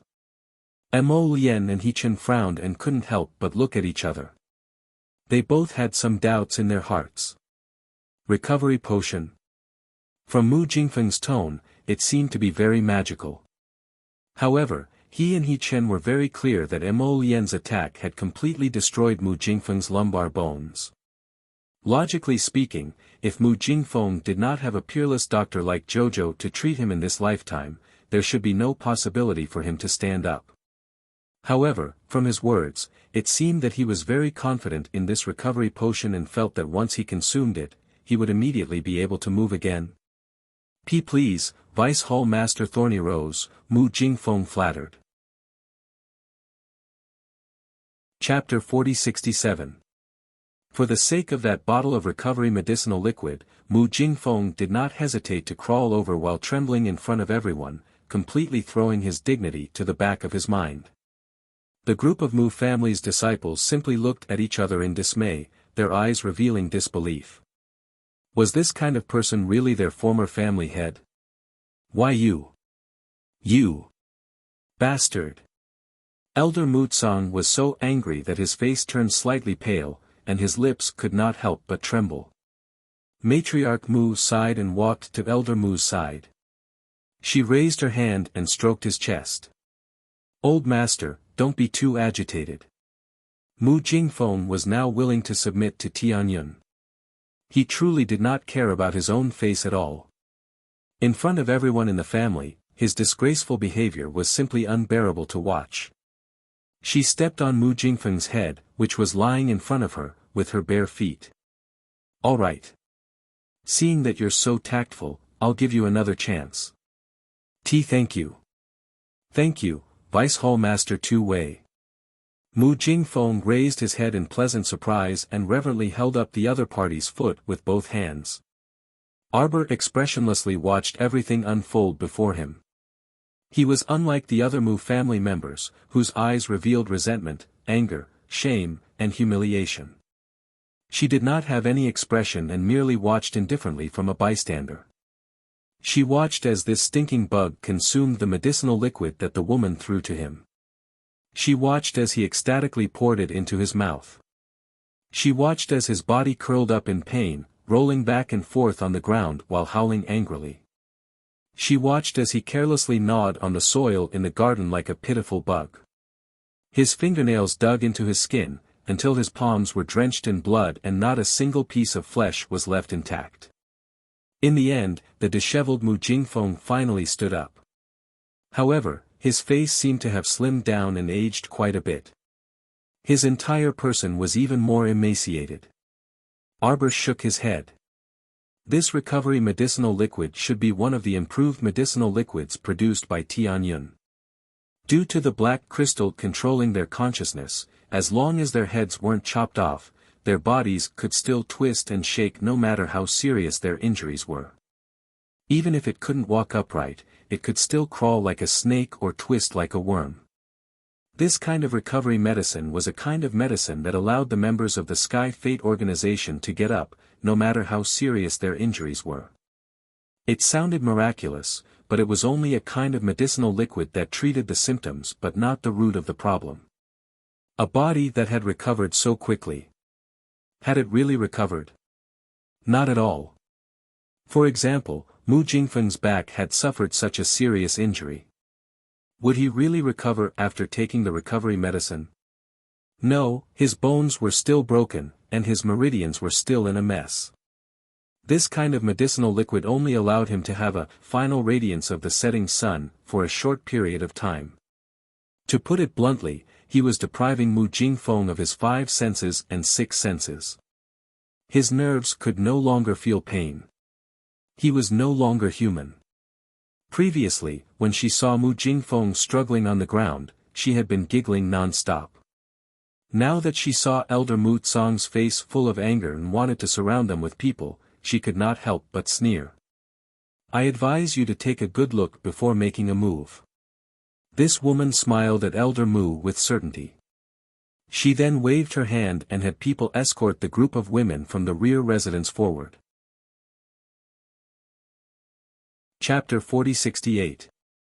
The first to bear the brunt was Madame Mu, who was tied up at the front, as well as the fifth branch's Madame Hua, the fourth branch's fifth Miss, Mu Rakan, and several other female members of the Mu family. Mu Qingya's face was slightly pale as she looked at Mu Jingfeng, who was in a sorry state. It was obvious that she had seen the scene just now. At this moment, her eyes were filled with tears as she looked at her husband with hidden bitterness, as though she was very distressed by his changes. Her tears silently flowed down drop by drop. "Old master, save us, old master." The group of weeping women, who were detained by the all-fate sect's disciples, cried and begged for mercy one after another. Matriarch Mu's expression changed slightly. Ever since the incident, she had been protected by Old Master Mu's people. At that time, they had also sent people to the inner residence to search for the other family members. However, the Mu family's branches lived rather far away in the entire Winter Moon Mountain forest, so they couldn't immediately inform all the women to leave. Matriarch Mu only led people to save a portion of them. She didn't expect the rest to be captured by the enemy. Seeing these delicate granddaughters, who were originally raised in the boudoir and had no cultivation, fall into the hands of the enemy, Matriarch Mu's heart seemed to bleed, and the rims of her eyes turned red. "What exactly do you want?" "Matriarch, you're a reasonable person." Shen Qianwei giggled. "We've already told you the purpose of our trip. Hand over the talisman fragments in the ancestral hall, and we can consider letting you go. Actually, we really don't want to be enemies with the Mu family." Matriarch Mu sneered. Before she could speak, fifth Miss Mu Rakan coldly said, "Grandpa, father, you don't have to do anything to humiliate the Mu family for me. What's there to be afraid of in death?" Mu Rakan coldly said, "It's just slap." Before she could finish speaking, she received a heavy slap to the face. Mu Rakan's father, fourth son Mu Jingxiao's eyes instantly reddened. "What are you doing?"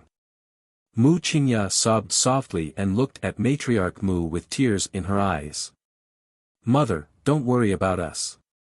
The Mu family's talisman fragments can't be handed over, and the Mu family's dignity can't be lost.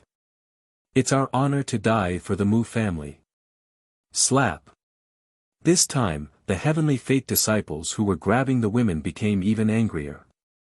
One of them directly slapped Mu Qingya in the face and even tore the clothes on her shoulders. "We want to see just how tough the Mu family's mouth is. Such a delicate and fair madam, it's really embarrassing to reward her to us brothers." Ha ha ha ha ha. Following the strange laughter, Mu Qingya's tears fell one by one, but she still tightly pursed her lips and put on an unyielding look. She lowered her head and refused to make a sound. "Qingya." Matriarch Mu's heart softened immediately. Qingya, this child, had been working hard for the Mu family for so many years. She had taken care of the family's affairs from top to bottom. Such a gentle and kind-hearted child, how could she bear to watch her suffer like this? Arbor suddenly sneered, "How long are you going to act? Acting every day, deceiving this and that. After deceiving so many people for so many years, I just want to ask you, is it tiring to live like this? See you tomorrow." Chapter 4069. The surroundings were silent, except for Arbor's faint questioning voice. There was no other sound. Inexplicably, many of the Mu family's disciples seemed to have even lightened their breathing a little. They could clearly feel that the little crown princess's mood was fluctuating like a violent storm. Although she still looked expressionless, the depths of her almond-shaped eyes had long been dyed with a roaring fury. Mu Qingya raised her head with tears in her eyes and looked at Arbor strangely. She looked around with a puzzled expression and put on an expression that said, "Are you talking to me?" Clap. Clap. Clap. Arbor's little face was expressionless as she clapped hard. "I was too naive. I didn't know there was someone with such superb acting skills in this world. In the most prosperous opera house in the imperial capital, the most famous entertainer's acting ability is not even 100,000th of first madam's. The first time you ordered to clean up the Mu family, you didn't get the talisman remnant scroll. You were very unwilling, right? It's only been a few days, and now there's another wave. Arbor shook her little head and stared at Mu Qingya indifferently. Do you think this crown princess can't do anything to that Mammy Wang who killed herself by swallowing poison? With a wave of her little hand, she grabbed a faint remnant soul in her hand and tossed it around casually. Does First Madam still know this person? The Mu family disciples looked in Mu Qingya's direction in bewilderment. What was going on? According to the Crown Prince Consort's meaning, the Mu family's calamity this time was actually First Madam ordered to come to the Mu family to search for the talisman remnant scroll. Who was First Madam? Who could she order? The group of people who broke into the Mu family's old residence were all members of the Tianyun cult. Could it be that First Madam? Everyone's eyes involuntarily shrank, including Old Master Mu Tsang, and they all looked in First Madam Mu's direction in disbelief. Mu Qingya couldn't help but turn pale and her body swayed. Jojo, what do you mean? Do you think that a weak woman like me can give any orders? Everyone came back to their senses when they heard this. That's right, First Madam was just an ordinary person. She was just an ordinary housewife. Who could she give orders to in Tianyun? What ability did she have to do such a thing? Just thinking about it made it seem impossible. Could it be that the crown princess had misunderstood something? Or perhaps he had thought wrongly. The little crown princess applauded again and shook the remnant soul of Nanny Wang in her hand. This is your woman. First Madam. Don't tell me you don't know her. Mu Qingya looked at Arbor with a pitiful expression, and tears fell uncontrollably. Jojo, please believe me. I grew up in the Mu family, was born in the Mu family, was raised in the Mu family, and ate and used everything in the Mu family. The Mu family has treated me so well that I can't betray them. Matriarch Mu nodded and also persuaded, that's true. Jojo, what do you mean by that?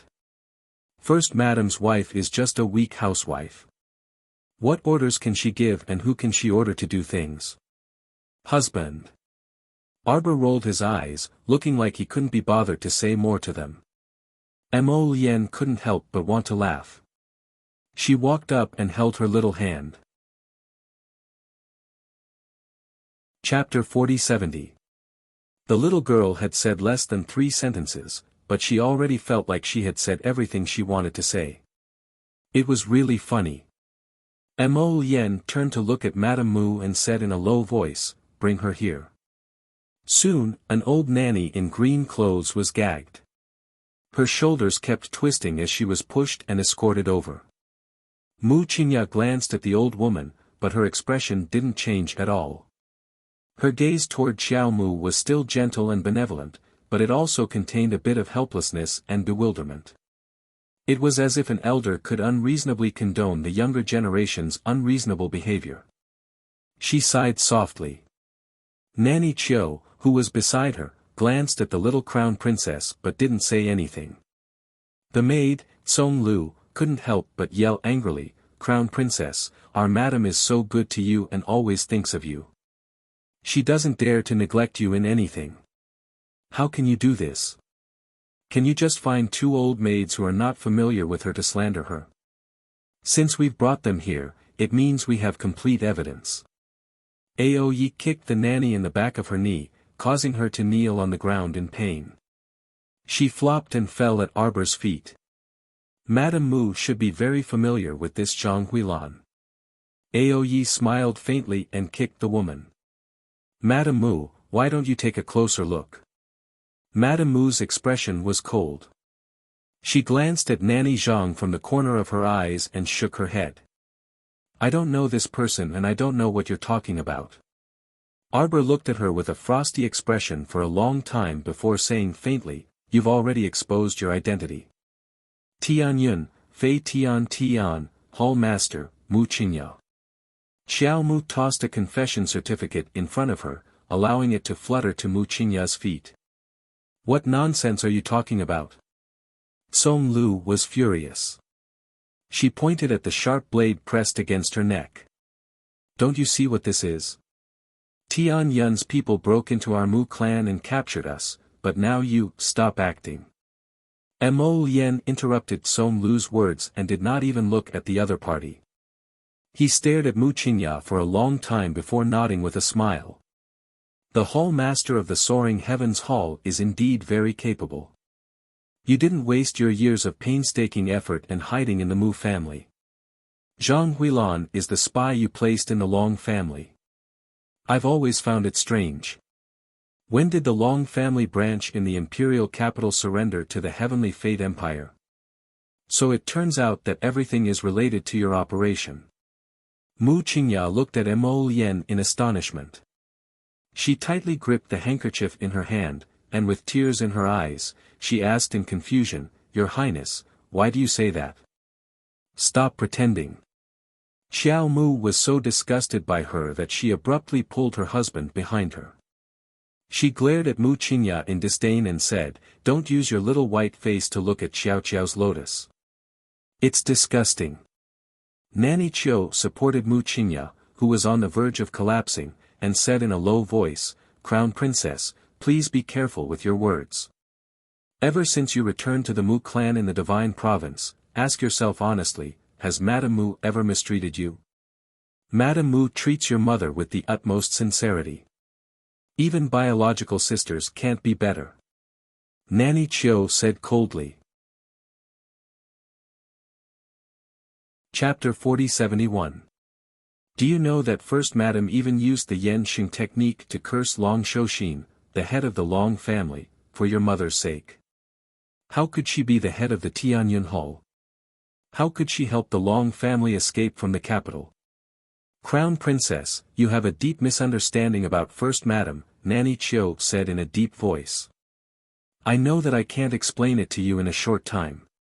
But please believe in one thing, First Madam absolutely has no ill intentions towards your deceased mother and you.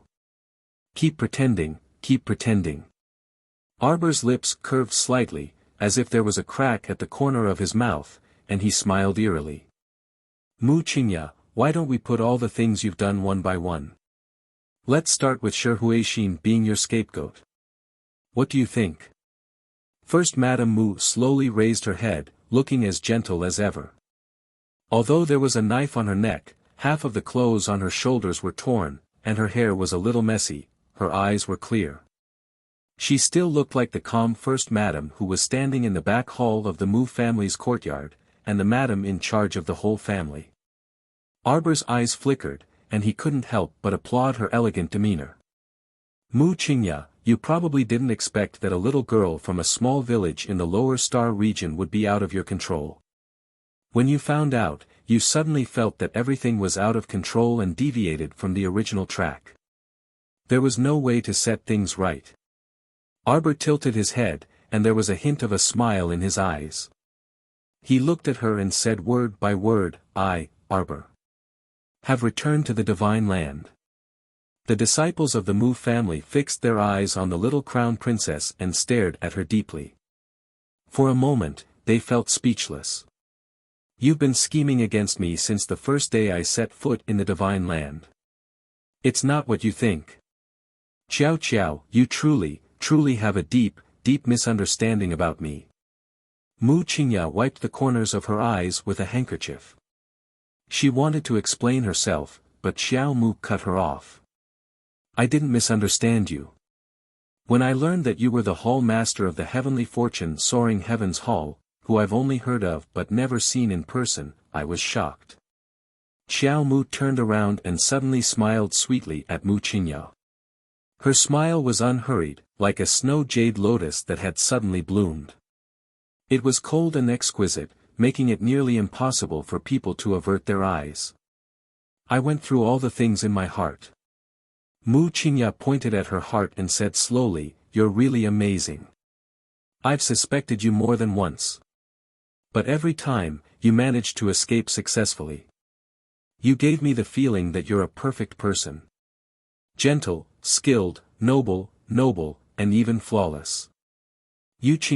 Mu Qingya's SS heart.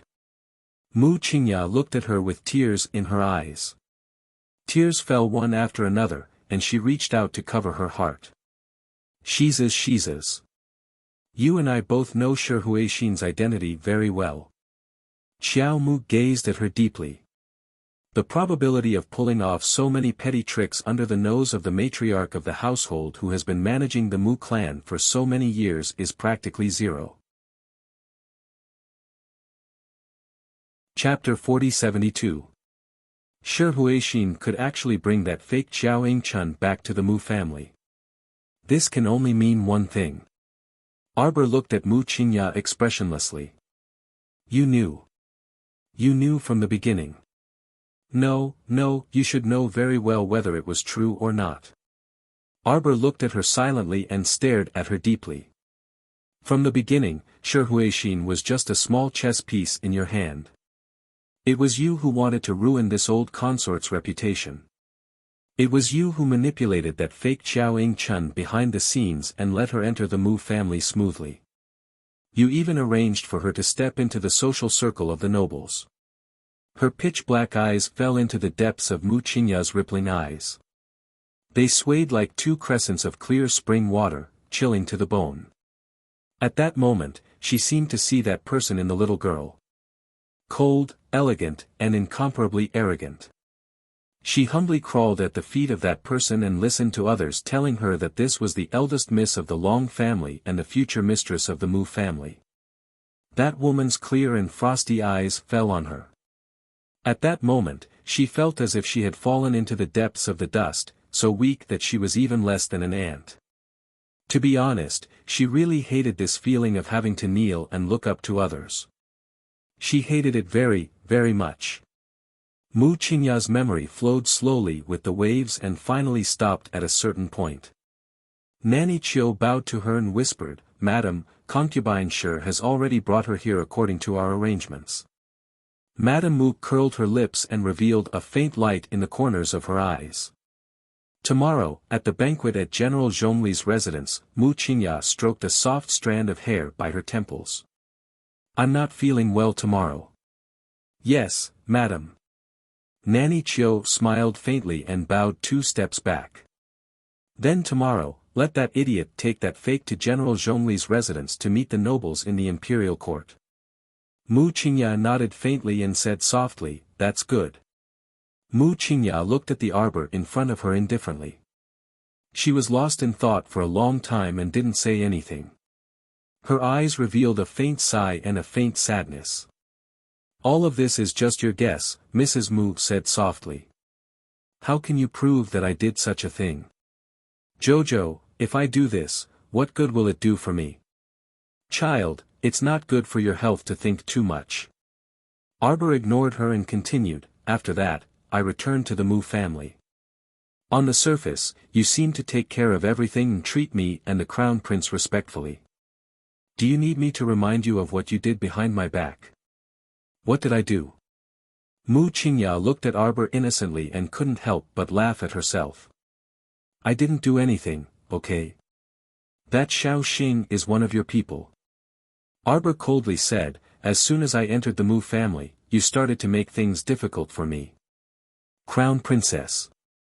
Mu Qingya looked helpless. "I really didn't know that you still remember Xiao Xing's matter." "Of course I remember. She even turned into a zombie.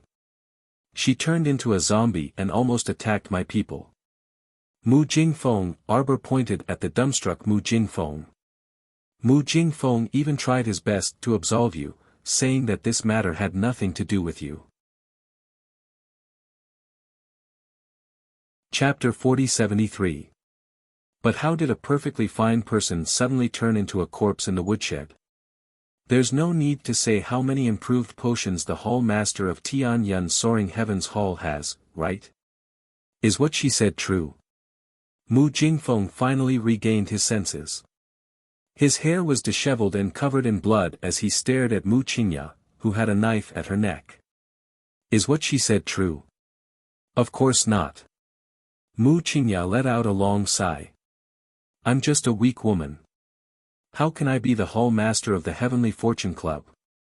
Jingfeng, We've been husband and wife for so many years. I do hate you for forcing me against my will back then, but all these years, what I've done for you, what I've done for the entire Mu family, what I've sacrificed over 10 years of my youth, what I've done for this family, can't you see it? As Mu Qingya spoke, her eyes flickered with tears, as if she had suffered a great grievance. Her expression was abnormally miserable. However, Mu Jingfeng took a step back and glanced at her with a trembling gaze.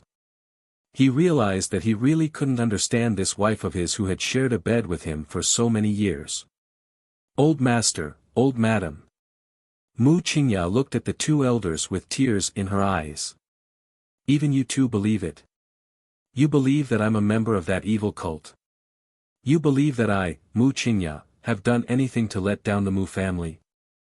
Old madam heaved a long sigh, and her gaze swept toward Xiao Mu. Xiao, is there a misunderstanding? There's no misunderstanding, Arbor said indifferently. She had never thought that these people from the Mu family would stand by her side, nor did she think that someone from the Mu family would be able to stand by her side. But no matter what, right was right, and wrong was wrong. Since she already knew this woman's true colors, how could she not expose her? Mu Qingya, you've indeed pretended very well. You've deceived so many people for so many years. Today, regardless of whether anyone believes me or not, you won't be able to escape death. Arbor said coldly as he looked at her with a sharp gaze. Eldest miss. I believe you. Suddenly, a Mu family disciple with a bandage on his arm spoke up. Eldest young miss, I also believe in you. Another Mu clan disciple nodded heavily and said. There's no need for eldest miss to lie to us. Yes. Eldest miss risked her life to save our Mu family, there's no need for her to lie to us. Ma Shichen raised her eyebrows slightly and revealed a faint smile. It seemed that these younger generation Mu family disciples were not stupid to the point of being incurable. Mu Xingchen turned to look at his younger sister, then at the group of youths from the Mu family who were still in high spirits even though they were covered in injuries. He couldn't help but reveal a faint smile. Arbor turned around expressionlessly and looked at Mu Qingya. After little Xing turned into a zombie, you cooperated with Nia Yaoguang to spread rumors. They said that monsters appeared in the Mu clan because the crown princess, the source of the disaster, had returned to the divine land. Mu Qingya turned her head slightly and looked coldly at the little crown princess. It's a pity that this rumor was suppressed by me before it could spread. Your plan failed again. Arbor looked coldly at Mu Qingya. After that, you also know what happened to Juxian and Mei Xian. Chapter 4074. There's no need to deny it. In fact, you've contributed a lot to the entire Mu family all these years. You've taken care of the Mu family from top to bottom, and the entire Mu family's affairs are in your hands. How could you not know the movements of the two girls? Those two girls who wanted to climb into your bed were nominally sent by concubine Shi. But in fact you were the one who added fuel to the fire and watched coldly from the sidelines. You can't get away with all this. But in the end, after the incident, the one who was punished was concubine Shi, who took the blame for you. Shi Huixin is really miserable. Arbor said coldly, from the beginning to the end, she was a chess piece in your hands. She played wherever you wanted her to play. In the end, she was killed by your vicious rotting talisman from a distance. Mu Jingfeng, this fool, even accused me of killing her. How could he know that there should be a talisman hall in Tianyun? I've dealt with a lot of people in your hall. For example, that black cat master. He's from your subordinate Clear Sky sect. In fact, he should be from Tianyun's talisman hall. Mu Qingya looked at Arbor with a smile in her eyes. For a long time, she just looked at her with a smile on her lips. Her eyes were calm, as if at this moment, she hadn't revealed the little girl's hidden identity. Kaidai Pavilion, Zhenhua Workshop, and Despondent Pavilion are all properties left to me by my mother. Is it wrong for me to take them back? Arbor looked at Wuxia. That's my mother's dowry. It's my mother's things. It's mine. Wuxia's smiling eyes gradually turned cold, and her lips curled into a faint sneer. You were dissatisfied, but you had no choice but to give the property to me. So you sent people to Kaidai Pavilion and set fire to people. You secretly forged my handwriting and tricked Saishio into taking the poison letter to Kaidai Pavilion. Even if the fire didn't kill people, the poison would have ruined Kaidai Pavilion's reputation and made my reputation notorious. But I suddenly came back from the academy. I took control of the situation and made your scheme fail again. You actually hate me for messing up all your plans. Although I came back in time to deal with the Kaidai Pavilion matter, Kai Shio was injured. The 8 members of the Zhang clan were instigated by you to cause trouble. Although they are detestable, they don't deserve to die. 8 lives were lost just like that in the prison. I admit that you won that time. You're really amazing. The little crown princess walked towards her and stood 3 steps away from her. She looked at her indifferently. I have suspected you 3 times. All 3 times, nothing happened. Can you tell me the truth now? I'm really curious. Arbor looked at her and said, I don't know what I've done to offend you that you can send people after me again and again. Time and time again, you want me to feel like I'm in hell, living a miserable life. In this life, you have no hope of fulfilling your wish. Because you have already fulfilled it in your previous life. Why? Wuxia tilted her head slightly, and her cold eyes became colder and colder. Suddenly, her fingers twitched, and she lightly pushed aside the knife against her neck. She then gave Xiao Mu an extremely faint smile. Do you want to know? You'll never know in this life, Wuxia said coldly. Protect the Hall Master. Granny Cho shouted. Chapter 4075.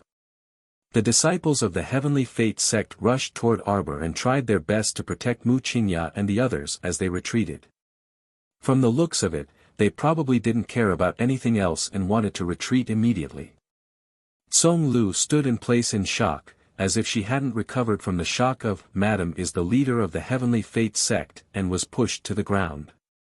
Before she could stand up, she was stepped on by the disciples of the Heavenly Fate sect. Holding her broken arm, she cried out in pain. The disciples of the Heavenly Fate sect carried the pale-faced Mrs. Hua, Mu Rochin, and the others and retreated as they fought. Countless rays of spiritual chi of various colors collided in the air, making buzzing sounds. Arbor looked coldly at the disciples of the Heavenly Fate sect who were holding other people's families hostage. With a wave of his hand, countless arrows flew down from the roof. The arrows were accurate and powerful.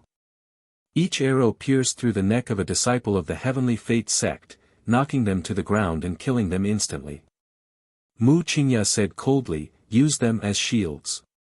Mrs. Hua was horrified to find that she had been lifted up in the air, blocking the heads of Wuxia and the others. If there were arrows flying down from the sky, they would definitely turn her into a hornet's nest. Mother! Mother! The young masters of the 5th branch were so anxious that they jumped up and raised their swords to charge forward, but they were stopped by the disciples of the Heavenly Fate sect in the front row. Crown Princess, Wuxia said coldly. Wuxia said coldly, you don't care about the lives of 20 to 30 women here. Let us leave this place in exchange for these people's lives. Wuxia said calmly and elegantly. She didn't have the feeling that she was forced into a desperate situation and had no way out. Even at this very moment, her identity had already been exposed and she was seen clearly from head to toe. She still acted like an elegant and dignified madam. She was calm, and her eyes were cold and indifferent. She didn't give off the slightest feeling of being seen through. She was so calm that Mo Lien and the others couldn't help but look at her in a new light. For an ordinary woman to become the leader of the Heavenly Fate sect, it was definitely not due to luck. She was capable. In fact, except for the fact that this woman had no cultivation, her mind, judgment, and even vision were very shrewd and unique, far better than those women raised in boudoirs. "Let them go," Arbor said coldly. Mu Qingya sneered. "Do you think I'm a fool? Now that I've released her, I'll let you do whatever you want without any cover. You don't have a choice." The young crown prince consort's icy voice weighed down on everyone present, causing their hearts to sink. "If I can't live, then why should I listen to you?" Mu Qingya sneered and pressed the dagger in her hand against Madame Wu's neck. "All of you, back off. Retreat to the middle court. Now." Arbor's voice to the heavenly fate sect, to the heavens to her to the ground twos to head to the heavenly fate sect. "Madam, sex to kill, sex to kills, I've said it before. Today, all of you will die here." Arbor interrupted sex words indifferently and said word by word, "No one can leave unscathed after disturbing my mother's sleep." Mu Qingya, who had been as calm as ever, finally cracked her expression. "Are you really so ruthless and decisive? You don't care about their lives at all?" Chapter 4076. Arbor raised her eyebrows and sneered. "You think they can keep their lives after you take them away? Are you naive, or do you think I'm naive?" Xiao Mu's small hand that she had raised clenched slightly. "The people that you have captured will either become targets for you to blackmail the Mu clan with in the future or be modified for your own use. Are you stupid or do you think I don't know what you're planning?" Arbor put down her little hand and said sternly, "Shoot. Everyone from the heavenly fate realm will die here today. Don't leave a single one alive." Mu Qingya's eyes narrowed, and anger finally appeared in her cold eyes. "Protect the Hall Master and retreat." Nanny Chio's roar shook the sky. She used a silver hook to deflect the arrows that were flying toward her. She was about to grab a girl from the Mu family and place her in front of Mu Qingya.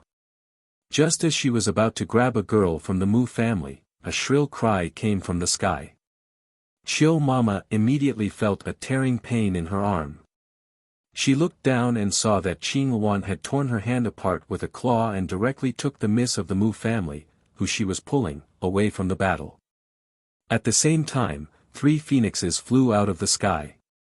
Yes, there were 3 phoenixes. Everyone looked up with a dumbfounded expression. A red, a purple, and a black bird flapped their wings rapidly and swooped down from the sky, scattering the crowd of heavenly kismet cultivators who had gathered together. Madame Hua, Mu Rochin, and the others were caught by the claws of 2 phoenixes. With a rip, a small piece of their sleeve was torn and they were pulled away from the others. Mu Qingya's eyes instantly darkened, and she angrily rebuked, "Don't panic, don't mess up the formation, and hold on tight, Screech." In the blink of an eye, the blazing blood phoenix flapped its wings and spat out a line of fire towards the feet of the heavenly fate disciples. Nanny Chio grabbed Mu Qingya's arm. Ignoring the fact that her hand was still bleeding, she pulled Mu Qingya 2 steps back and kicked away Tsong Lu, who was standing in front of her.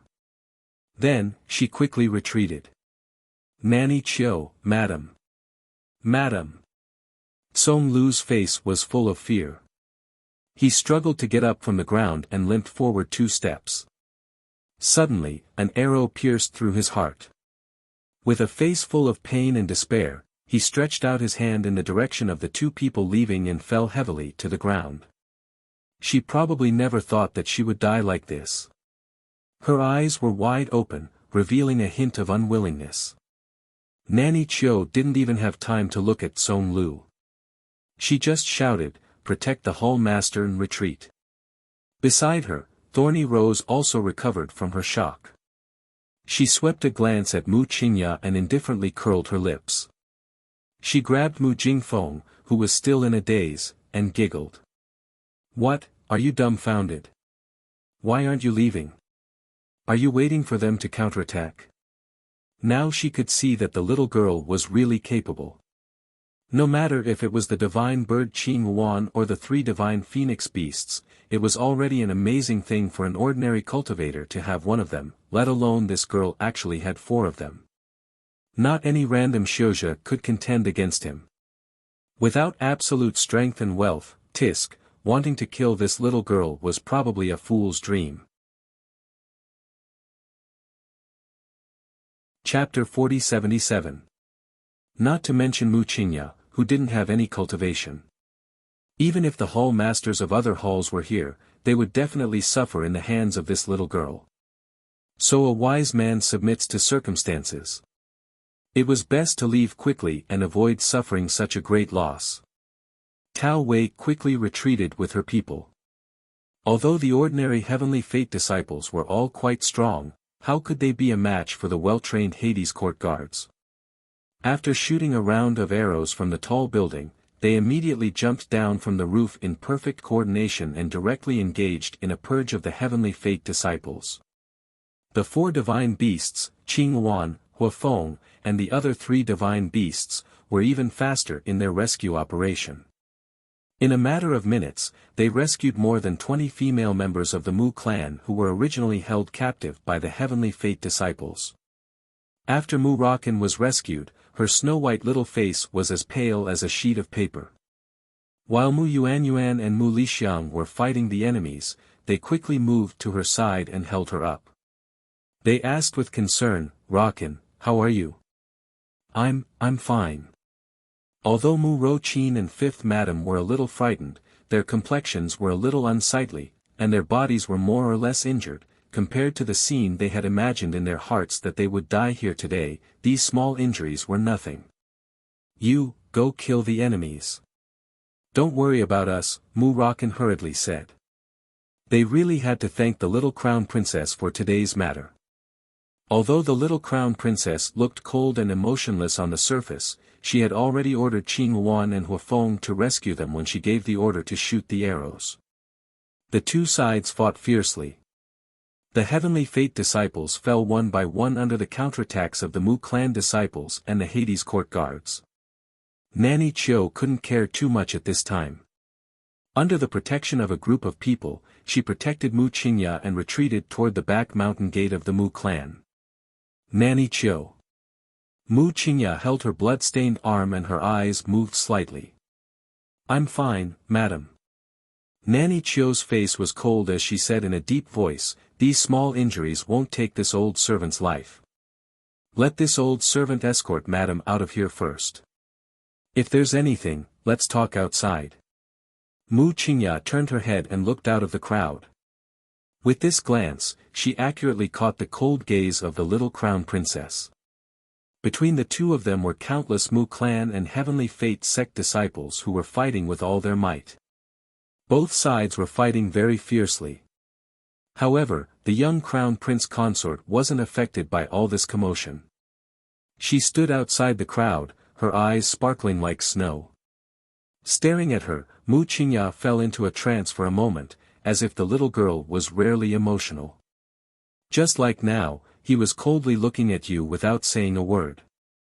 His eyes were incomparably focused. It made one's hair stand on end, and it climbed up from the bottom of their hearts. "You can't escape." Mu Qingya read these words from her cold eyes. The little girl raised her left hand, and a longbow made of ice and snow suddenly fell into her small hand. His eyes were still fixed on Mu Qingya. Drawing the bow and pulling the arrow only took a breath. The profound ice arrow whizzed through the night sky and flew against the wind, suddenly shooting toward Mu Qingya. "Go!" Mu Qingya was greatly shocked. She grabbed Nanny Chio's hand and shouted, "Madam! Get out of the way!" Nanny Chio's old face suddenly flushed red. Chapter 4078. Whoosh!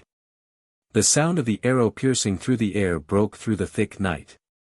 This arrow seemed to have pierced through the crescent moon in the sky, carrying with it a desolate and austere intent. With a trace of terrifying fury, it shot in front of Mu Qingya like a clap of thunder. There was nowhere left to hide. Granny Chio pushed Mu Qingya away, her face ashen. She gathered all of her divine power into her arm as fast as she could. A ray of red light shot out from her palm. Flames danced, and her divine power was released, bringing with it a brilliant light in the dark night.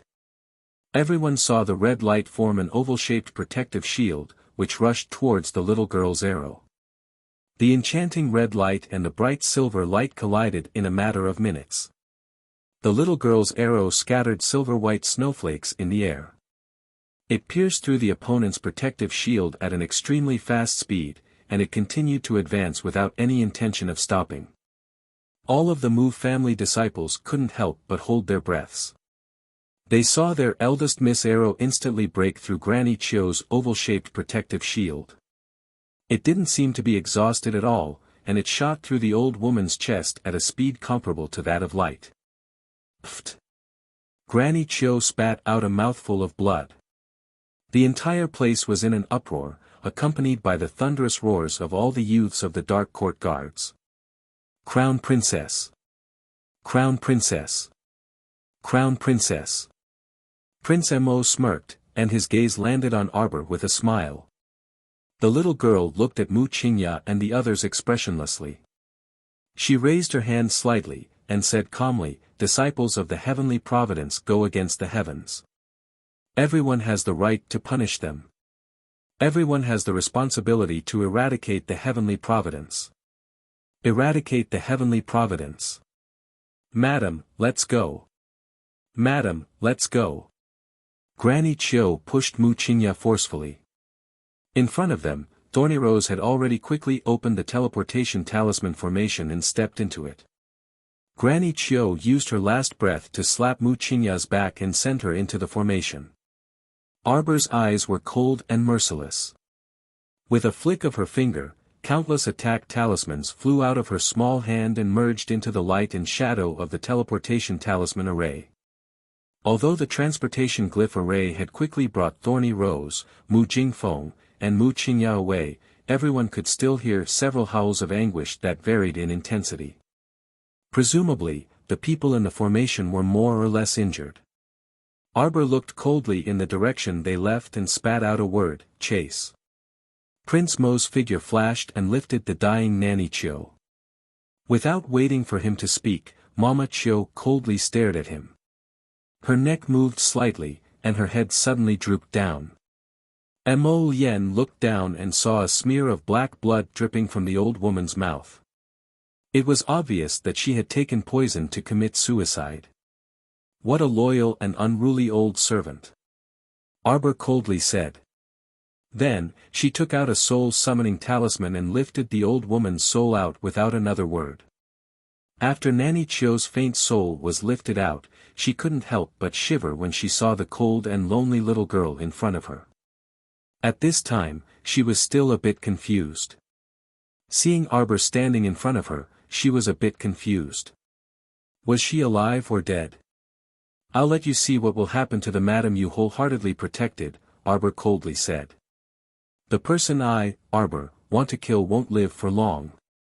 You definitely won't be able to protect her." Chapter 4079. The little girl's fingers tightened around Granny Chio's soul.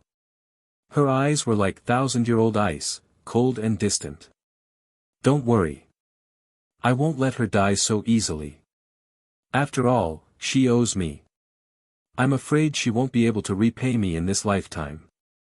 The little girl stared coldly at Granny Chio in her hand and said coldly, "In this lifetime, I want her to beg for death." At this moment, the Heavenly Fate Sect's disciples had all been eliminated. Only the Mu family's disciples and the Nether Court Guards were left. Everyone was silent. Only the little girl's cold and resolute voice sounded in their ears.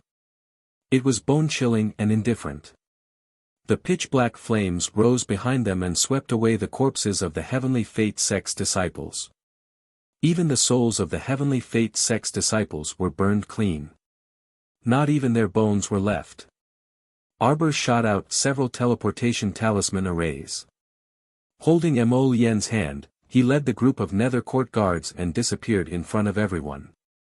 The heaven-level teleportation talisman array could teleport up to 500 people at a time. The distance was up to 500 kilometers. One of the Mu family's disciples gritted his teeth and rushed into the teleportation talisman array with his sword. Soon after, 2, 3, 100, 300, 500 Mu family disciples followed in batches and ran over. Mu Xingqian's eyes flickered. He looked back and exchanged glances with the old master. Then, he quickly followed. Although the old master was also in a sorry state and covered in blood, there was an indescribable joy in his expression. He watched as the Mu family's juniors rushed into the talisman array without fear of death. The old master suddenly burst into laughter. The great elder, the second elder, and the others beside him also laughed. Although each of them had more or less wounds on their bodies, they were barely holding on at this time. Their bodies were extremely exhausted. However, they had never felt so happy before. There was no other reason. After this battle, the entire Mu family seemed to have been twisted into a rope. Their cohesiveness had reached an unprecedented level that had never been seen before. Whether it was the old master or the elders, they were all very clear. It was the little girl who brought these people together again. It was the little crown princess who reignited the fighting spirit of the Mu family. It reignited the courage and bravery in their bones. Just now, they hadn't said a word, but had followed the figure of the little crown princess as she left. They were all in a sorry state, so tired that they might not even be able to lift their swords. However, the old master and the elders had never felt that the Mu family's juniors were extremely pleasing to the eye like today. Their backs were straight, and their eyes were unwavering. They looked like the descendants of the Mu family. The second elder's smile pulled at the wound at the corner of his mouth. He grimaced in pain and sighed, "I finally understand why ancestor Zhaoyang must rely on this little girl to be the patriarch." The ancestor was indeed the ancestor. His eyes were indeed sharp and experienced. This was because he had long seen that the Mu family really had to let the young lady be the person in charge in order to restore its former glory and splendor.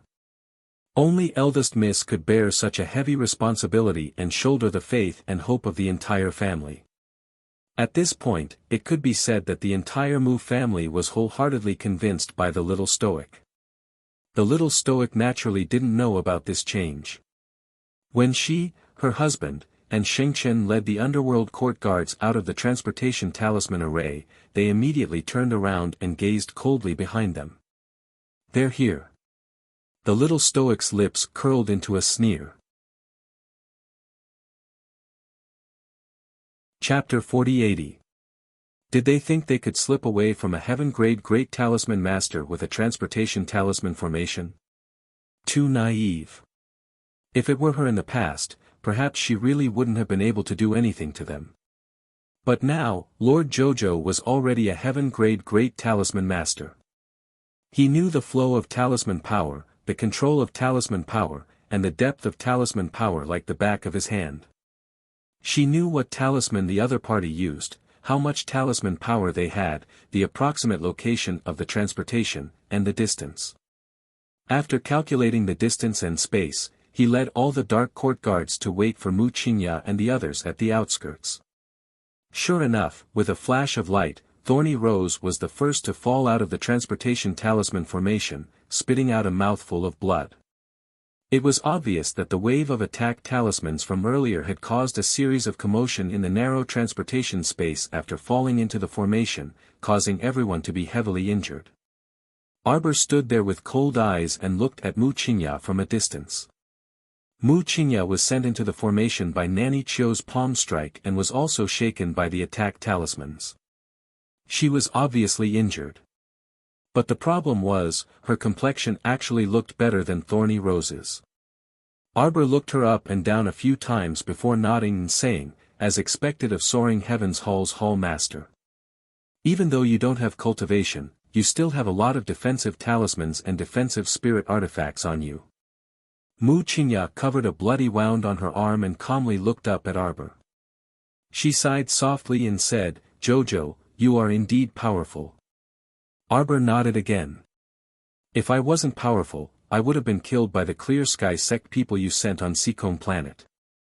I really didn't expect that a woman like you could make Shantian Prefecture's prefecture lord, Gung Pengcheng, so devoted to you. Arbor looked her up and down curiously.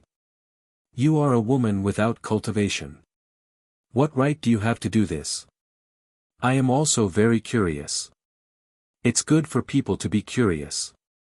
Mu Qingya smiled faintly. Her expression was distant. But a person's curiosity may not always be satisfied by others. Arbor sneered. When Rowan has been scheming against me and my family since the beginning. Unfortunately, he didn't succeed. After that, Priest Dayu, Fan Chioha, Fan Gu, the three dwarf brothers, let me think, an old monkey, brother too, Tan Fa from the Clear Sky sect, there are too many. Arbor sighed. Look, how many people did you send to deal with me, and what did you get in the end? Nothing. You can't deal with me at all. At least in her life, she had never suffered a big loss in the hands of Mu Qingya. Could this be attributed to the misery of his previous life? So that she could gain experience in dealing with enemies? Arbor raised his eyebrows in self-mockery.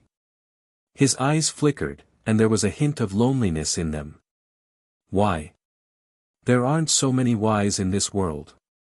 Mu Qingya sighed. Just like you. I also want to know why you seem to be blessed by God.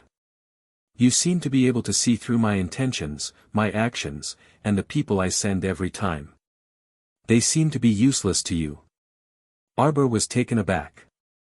A faint, cold, and desolate smile slowly blossomed on his lips. What you said makes some sense. Who doesn't have a little bit of secret on them? Mu Qingya. Although you have no cultivation, you have a special ability, right? I'm so sleepy that I want to smash my computer. Chapter 4081. Mu Qingya smiled faintly at the little girl and said faintly, I'm really curious about you now. Look at you. You're just a little girl. How can you be so capable? You're indeed not an ordinary person. Mu Qingya smiled and raised her hand to tidy up her slightly messy hair.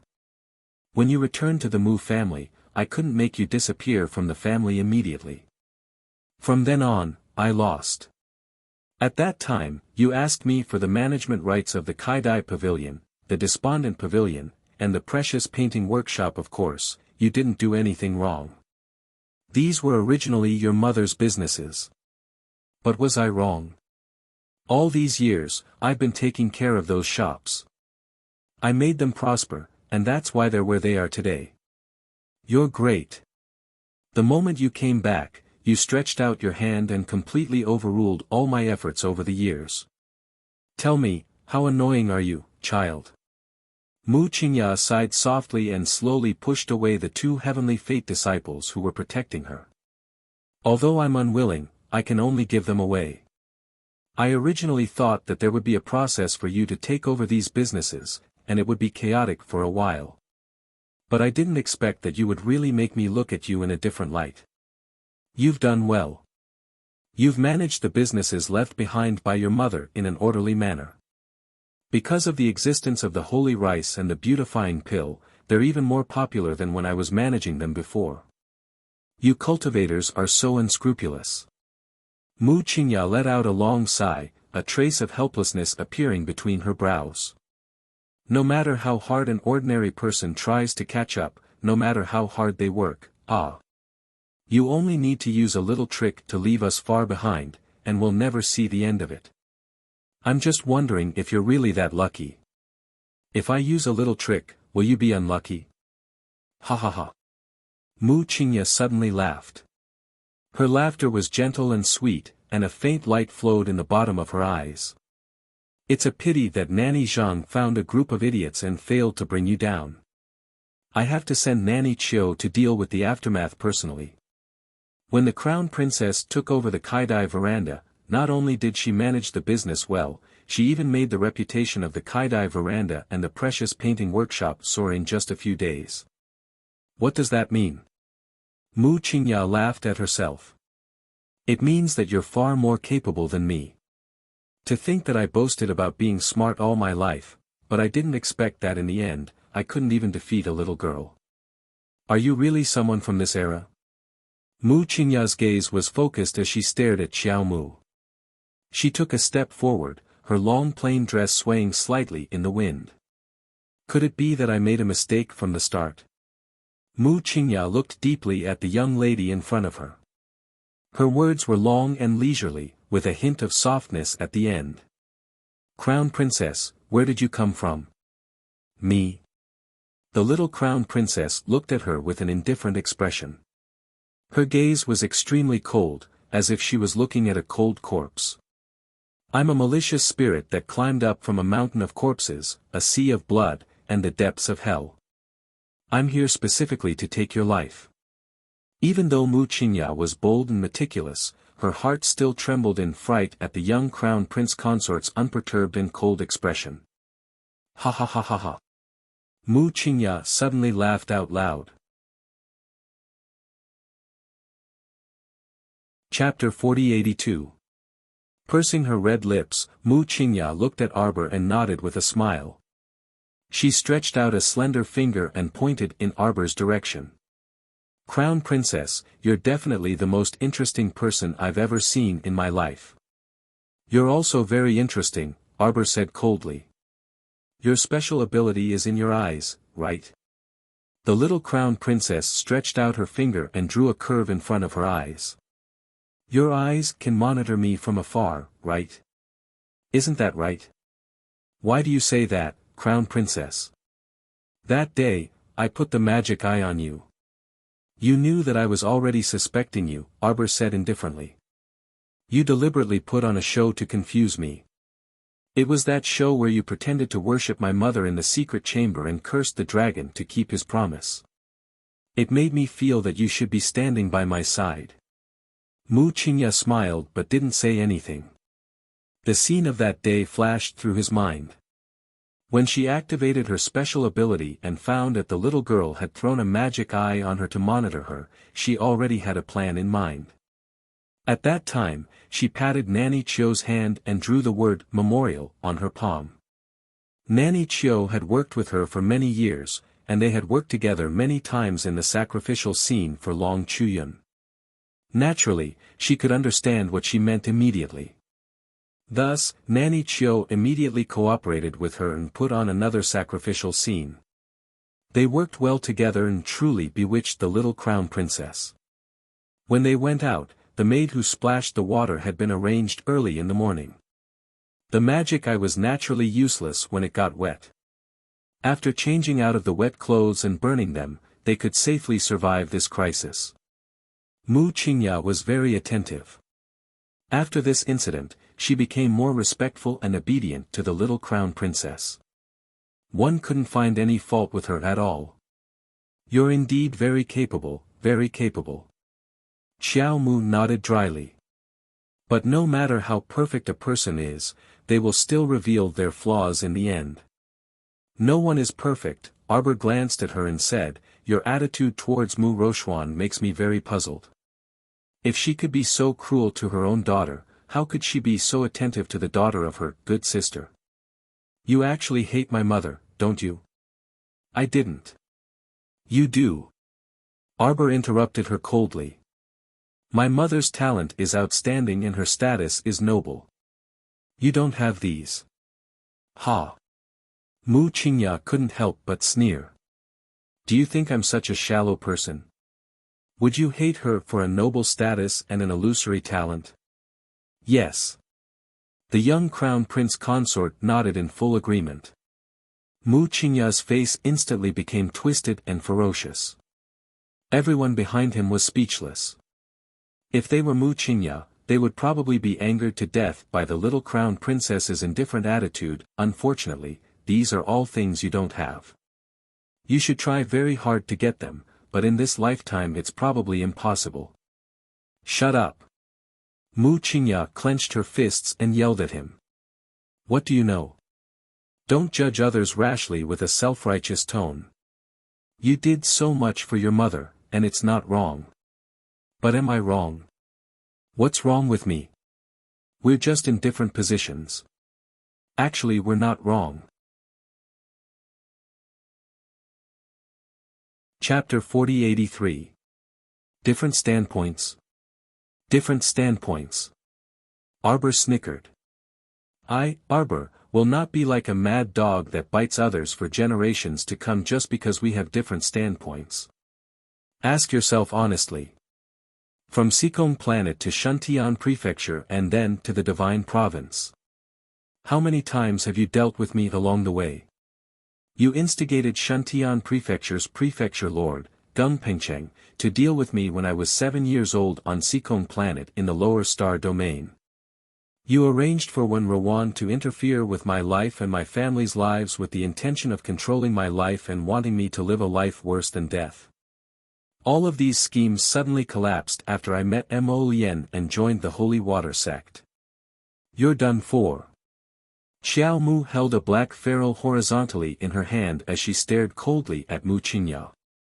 The countless pursuits and schemes that followed were merely because you wanted to make a comeback. You completely failed, you succeeded in your previous life. Arbor coldly looked at her. You can no longer control my life, you made me extremely miserable in my previous life. How I want to live and how I want to walk is entirely up to me to control my own future. How much blood and tears have I paid for this? In her previous life, she didn't even know that she was originally a daughter of the Mu family. She didn't know that this world was so vast. She also didn't know that her biological father's second wife used so many disgusting and despicable methods to deal with her, to prevent her from regaining her original identity and to prevent her from setting foot on the fertile land of the 3 provinces continents. Right now, she even suspected that this Mu Qingya was a psychopath with a twisted mind. Otherwise, how could she be so at ease and use so many schemes against a little girl who was only 7 years old? Just what kind of enmity and grievance did she have to hate her own mother, Long Chuyun, so much? You will never know. For a person who is used to freedom, equality, and openness, what kind of life is the most torturous? You won, Arbor. Mu Qingya heaved a sigh of relief. The winner takes all. I, Mu Qingya, have nothing to say. I'm just curious. You're a ghost from hell. How far can you go in this life? The icy snow mountain is bone-chilling. In the dim yellow sea of fire, the raging flames burned the heart. Crown Princess, isn't the future scary? I will accompany her no matter how far she goes. You don't have to worry. Mo Lien replied coldly. She moved slightly to Arbor's side and reached out to hold her bone-chilling hand. A sea of fire in the snow mountain, what is there to fear? If we work together, all difficulties will be easily solved. The little crown princess raised her head and looked into his smiling eyes. Her heart suddenly softened. He. Mu Qingya suddenly laughed heartily. She looked gently at Arbor and said, Child, you're much luckier than your mother. I know. I know you hate me and want me to die right now. But I still have a lot of things to do. At least, I won't die today. Mu Qingya pursed her lips and smiled confidently. There are only a handful of heaven-level great talisman masters in the 3 provinces. You're really impressive. Mu Qingya sighed softly. Chapter 4084. Child, what do you think of this world?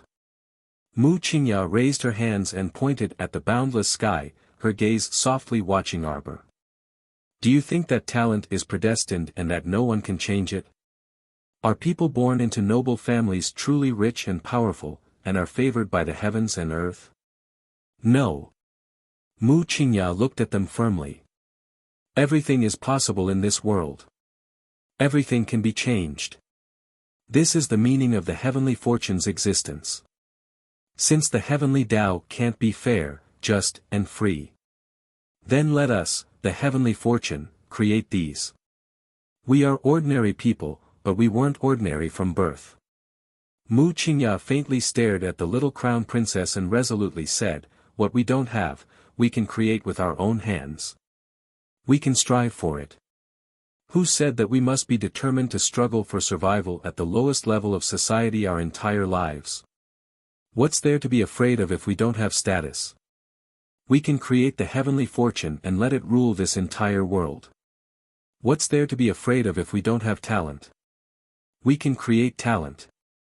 Let ourselves become people above others. We don't need to be oppressed by the unfairness of this world anymore. The heavenly fortune is the hope of all of us ordinary and poor people. No matter how you noble families suppress it, how you exterminate it. What should rise will always rise. What should succeed will definitely succeed in the end. Chi La, Chi La. After Mu Qingya finished speaking, she suddenly discovered that she, Thorn Wei, and Mu Jingfeng had constructed confinement talisman arrays around them. At this time, talisman power was slightly flowing, and if one's fingers accidentally touched it, they would be bounced back by a vast and mighty force, making chi-chi sounds. Arbor raised her eyebrows. She was really becoming more and more curious about this Mu Qingya now. In this kind of situation, Mu Qingya actually expressed her opinion at length, looking as if she had a card up her sleeve that she could definitely escape. What did she rely on? Was it years of planning and strategizing? Or was it her hot-bloodedness at this moment? Arbor clenched the ferrule in her hand, her cold eyes locking onto Mu Qingya. I've heard enough of your nonsense. Now, are you ready? Are you ready to die? Mu Qingya. Arbor leaped into the air with a whoosh, and a fierce gust of wind blew her clothes and hair up. Mu Qingya's expression remained unchanged, but beside her, Thorny Rose and Mu Jingfeng's pupils could not help but shrink. Hall Master. Thorny Rose turned to look at Mu Qingya, cold sweat dripping down her forehead. Right now, they were surrounded by hundreds of underworld court guards and hundreds of Mu family disciples. With the young crown princess and His Highness the Crown Prince blocking the way in front and so many soldiers blocking the way behind, even if he used the transportation glyph formation again, he might not be able to escape the control of the young crown princess, a heaven-level great glyph master. Arbor, don't be too confident. Mu Qingya suddenly took something out of her sleeve. It was a jade talisman that was emitting a purple light. Suddenly, it broke through the confinement talisman formation around him and shot into the air, emitting a faint purple light. Xiao Mu narrowed her severe eyes as she stared icily at Mu Qingya. In an instant, a cloud-like staircase descended from the clouds, extending all the way to Mu Qingya. Stairway to Heaven Talisman. Arbor's gaze was slightly startled as he muttered. Then, he heard a gust of wind brushing past his ears. A pitch-black tongue of flame extended with the wind. Chapter 4085. In the blink of an eye, it engulfed the bodies of the Heavenly Fate sect disciples in front of them. After entering the confinement talisman array, it went straight for Mu Qingya, Mu Jingfeng, and Thorny Rose. At the critical moment, Mu Qingya climbed up the stairway to heaven with one hand. Her body was pulled along by the stairway to the extreme, and she dove into the clouds with a whoosh. At the same time, Thorny Rose and Mu Jingfeng also grabbed the stairway to heaven and escaped with Mu Qingya. However, they escaped quickly, and black fire chased after them very quickly. A spark burned up Mu Jingfeng's calf.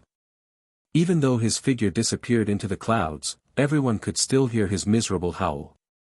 Mo Lien slightly clenched her fists, and a faint trace of anger flashed through her eyes. She raised her hand, but Arbor raised his hand and pulled it down. Forget it.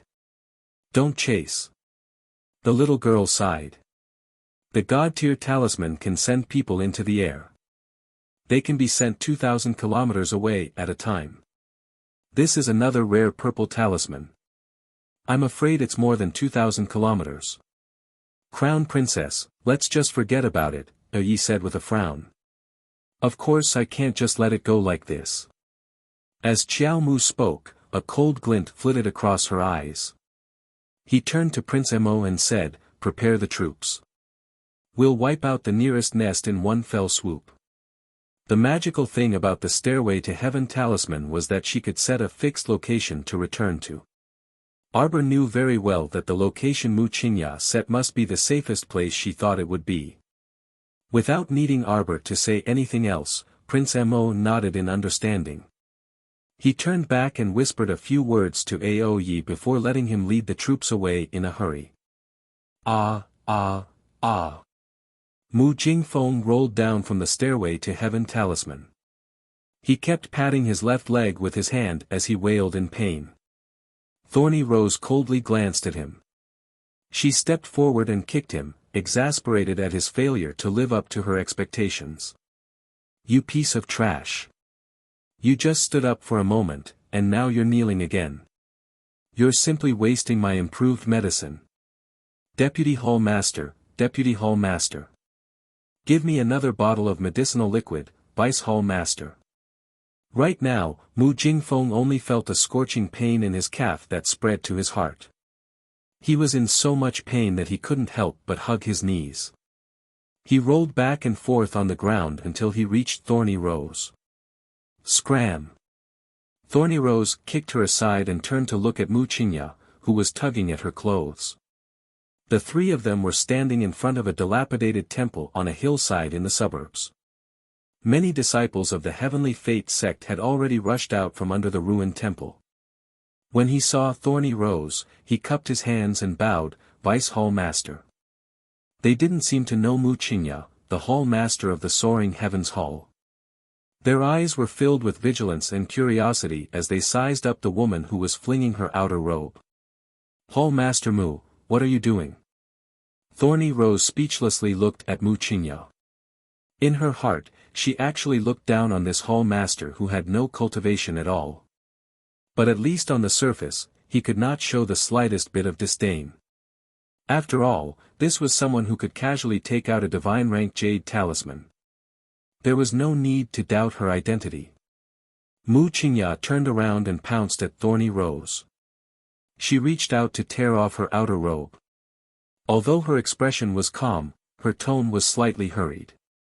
Take off your outer robe. And his. Take it all off. Everyone, prepare to evacuate this stronghold. What are you still standing there for? Hurry up and do it. Chapter 4086. When Mu Qingya flung off her outer garment, an inconspicuous little black butterfly emerged from Mu Jingfeng's hair and flew up with a flap of its wings. Thorny Rose's outer garment was hooked to the long skirt inside. If it was torn apart, she would be stripped naked. What would become of her, the great Deputy Hall Master, in broad daylight?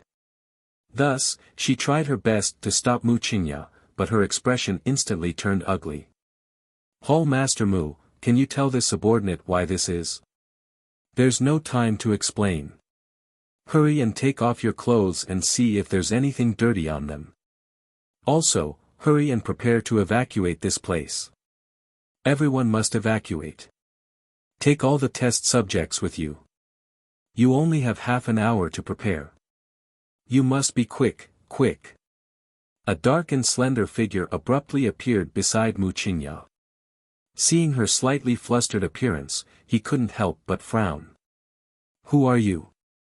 Mu Qingya untied a jade pendant from her waist and smashed it to the ground, revealing a silver token inside. She handed it to the demon-masked Hall Master and said in a deep voice, "You're the person in charge of this stronghold, the Burrowing Hall's Hall Master Gong, right?" "I'm the Soaring Heavens Hall's Hall Master, Mu Qingya." 15 minutes later. The demon-masked Hall Master stared coldly at the flashing flames on the hillside in the distance and didn't speak for a long time. Thorny Rose clutched the coarse clothes she had just changed into, and her face was filled with alarm. "What's going on, Hall Master Mu? How did the Crown Prince's people get here so quickly?" Mu Qingya took a deep breath and turned around to whisper, "Let's go. Abandoning this stronghold is our best choice right now." The demon-masked Hall Master coldly turned to look at Mu Qingya. "You'll explain this to Master and receive your punishment." "I will." Mu Qingya nodded faintly with a nonchalant look on her face. The demon-masked hall master sized her up and sked lightly before shaking his head. I didn't know that the soaring heavens hall's hall master, who has always been elusive, was actually the mistress of the talisman patrician family. Hall master, you've really hidden yourself well all these years.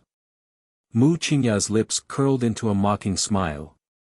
So what if you hide it well? You'll still be seen through in the end. Hall masters, are we going to retreat just like that? Thorny couldn't help but ask. 15 minutes was not enough time for them to prepare much. They only sent out some important information and test subjects. The rest of the things could only be set on fire. There were still quite a few Heavenly Fate brothers left in the ruined temple to delay the other party. They really did not expect that the little crown princess and her men would arrive so quickly. It was almost as if they had just set the fire in front of them, and the other party had already caught up. They're trying to put out the fire, so the documents haven't been completely burned yet. If they see them, will they? Mu Qingya said coldly, there's nothing important that can be left there for them to see. The crown prince and the crown princess are both smart people. They should know this. Let's go. Mu Qingya turned around and said. The group of people entered the transportation array and disappeared in a few minutes. Arbor looked at the ruined temple that was crackling with flames. He looked at the dilapidated walls and fences before looking into the distance with his deep black eyes. He passed through the numerous trees and quietly landed on a spot. Soaring Heavens Hall Master. We have plenty of time in the future. Chapter 4087. Inside the Mu residence's main hall, a chaotic clamor could be heard. Prince Mo and the little crown princess sat side by side at the head of the hall, expressionlessly looking at the people who were forced to kneel in front of them. Their gazes swept past Mu Jingxing, Qiushi, Mu Erkshu, and Mu Ruiyan. Crown princess, it was him. It was second master who let them in through the front door. We saw it with our own eyes. There's not a word of falsehood. Old Master Mu coldly looked at the second branch's group and couldn't help but angrily shout, Jing Xing. You actually did such a thing. Father. Qiushi hurriedly knelt and cried out for being wronged. Father, how can you believe that our second branch betrayed the Mu family just based on a few juniors from the side branches adding fuel to the fire? No need to quibble anymore. Ever since you were attacked by the harpies last time, Father sent people to keep an eye on you. No wonder the incident last time was so strange. That night when your second branch was on duty, the harpies entered the Mu residence as if they were entering a deserted place, Mu Jingyuan coldly said. Third brother, what do you mean by that? Mu Jingxing was furious. Mu Jingyuan didn't waste time with them and directly threw 2 jade talismans in front of them. Take a look. Don't say that a few juniors wronged you. Mu Jingxing's body trembled slightly, and he looked at the jade talismans on the ground with some horror in his eyes. You should have seen the image jade talisman made by Jojo on the day of concubine Shi's death, right? Second uncle, what else do you have to say? Mu Xingchen sat in the seat below Mu Jingyuan and stared coldly at Mu Jingxing's family. Wronged, this is wronged. Mu Jingxing angrily said, this is simply framing us. Framing us? Mu Xingchen sneered. He raised his hand and sucked the image talisman into his hand. A trace of divine power entered it and opened the jade talisman's image. It clearly recorded how Mu Jingxing and Mu Erkshu sneaked to the Mu residence's mountain gate, put away the talisman array at the gate, and opened the gate to welcome Mu Jingfeng's group. Second uncle, you still want to continue quibbling? Just as third uncle said. Ever since the incident with the harpies, we have been keeping an eye on your second branch. Now that we have witnesses and material evidence, I really don't understand where you get the face to continue to complain in front of us and even try to absolve yourself of the crime. Mu Jingxing looked at Mu Xingchen's cold expression and his body involuntarily trembled. He suddenly shouted, can you blame me for this? Are you going to blame me for everything? You forced me to do this, you forced me to do this. Mu Jingxing yelled angrily. His hands couldn't help but point at the sky and draw a picture, his face frosty. I've worked hard for this family for so many years. Can't you see how much I've sacrificed? Mu Jingfeng has fallen from power, yet you guys aren't giving me the position of the family head. Instead, we have to support this silly girl on stage. On what basis? Heh. Do you really think that all my years of hard work will go down the drain just because of an order from my ancestor? All of you. You guys are delusional. I think you've gone mad. Elder Dao couldn't help but shout angrily. This is the reason why you betrayed the entire family. First Elder shook his head with a look of disagreement. When did I betray the family? If it wasn't for the family letting me down first. Why would I go to this extent? Chapter 4088. Do you think I wanted to do this? I was forced to do this. You forced me. Mu Jingxing shouted angrily. Old master, old master. Madame Chio's face turned pale. She wanted to go up and stop him, but he flung her away forcefully. Madame Chio fell to the ground and let out a small cry of surprise. Mother! Mu Ruian was truly scared out of her wits. She was the one who was completely kept in the dark. She had no idea that her father and second brother would do such a thing. Most importantly, it was bad enough that you secretly betrayed the family, but now, you were caught in the act. Wasn't this implicating her for no reason? This seventh Miss Mu was so frightened that she trembled all over. She hurriedly crawled to old Master Mu and cried pitifully, Grandpa, Grandpa, this has nothing to do with me. I didn't know. I didn't know that father and brother would do such a thing, great. Old Master Mu had yet to punish them, and the Mu family's second branch was already having an internal conflict. Mu Erkshu's expression was very calm. He kowtowed before Old Master Mu and said, Old Master, please allow me to report. You want to quibble with your father, too? Mu Erkshu calmly shook his head. Not at all. However, I have my own reasons for doing so. Your reason is to cause the destruction of our entire Mu family. Mu Jingyang, who was at the side, flew into a rage and raised his leg to kick Mu Erkshu. Mu Jingxiao hurriedly stopped him. Old Five, don't be rash. Let's hear what else he has to say. As a son, I couldn't stop my father. It's my fault. It's my fault, but as a disciple of the Mu family, I know my bottom line. As Mu Erkshu spoke, he took out a brocade box from his inner world and presented it with both hands. Grandpa, grandson is willing to help father to get close to the person blessed by the heavens because of this. Be careful. Mu Jingzhuang pushed his fourth son, Mu Jingxiao, and the rest back defensively. He pointed at him and said angrily, what kind of harmful thing is in your box? Fifth uncle, you'll know once you open it. Mu Erkshu lowered his eyebrows. However, before Mu Jingzhao and the rest could do anything, the brocade box in Mu Erkshu's hand suddenly flew out and landed in the little crown princess's hand. Crown princess. Xiao Ye's heart skipped a beat as he quickly raised his hand to stop her. The little crown princess raised her hand to stop him. Her expression was calm as she said, they're just some interesting little fellows. They can't hurt me at all. Then, he raised his hand and opened the brocade box. Everyone only heard a buzzing sound as hundreds of pale things flew out, giving everyone a fright. However, they quickly calmed down again.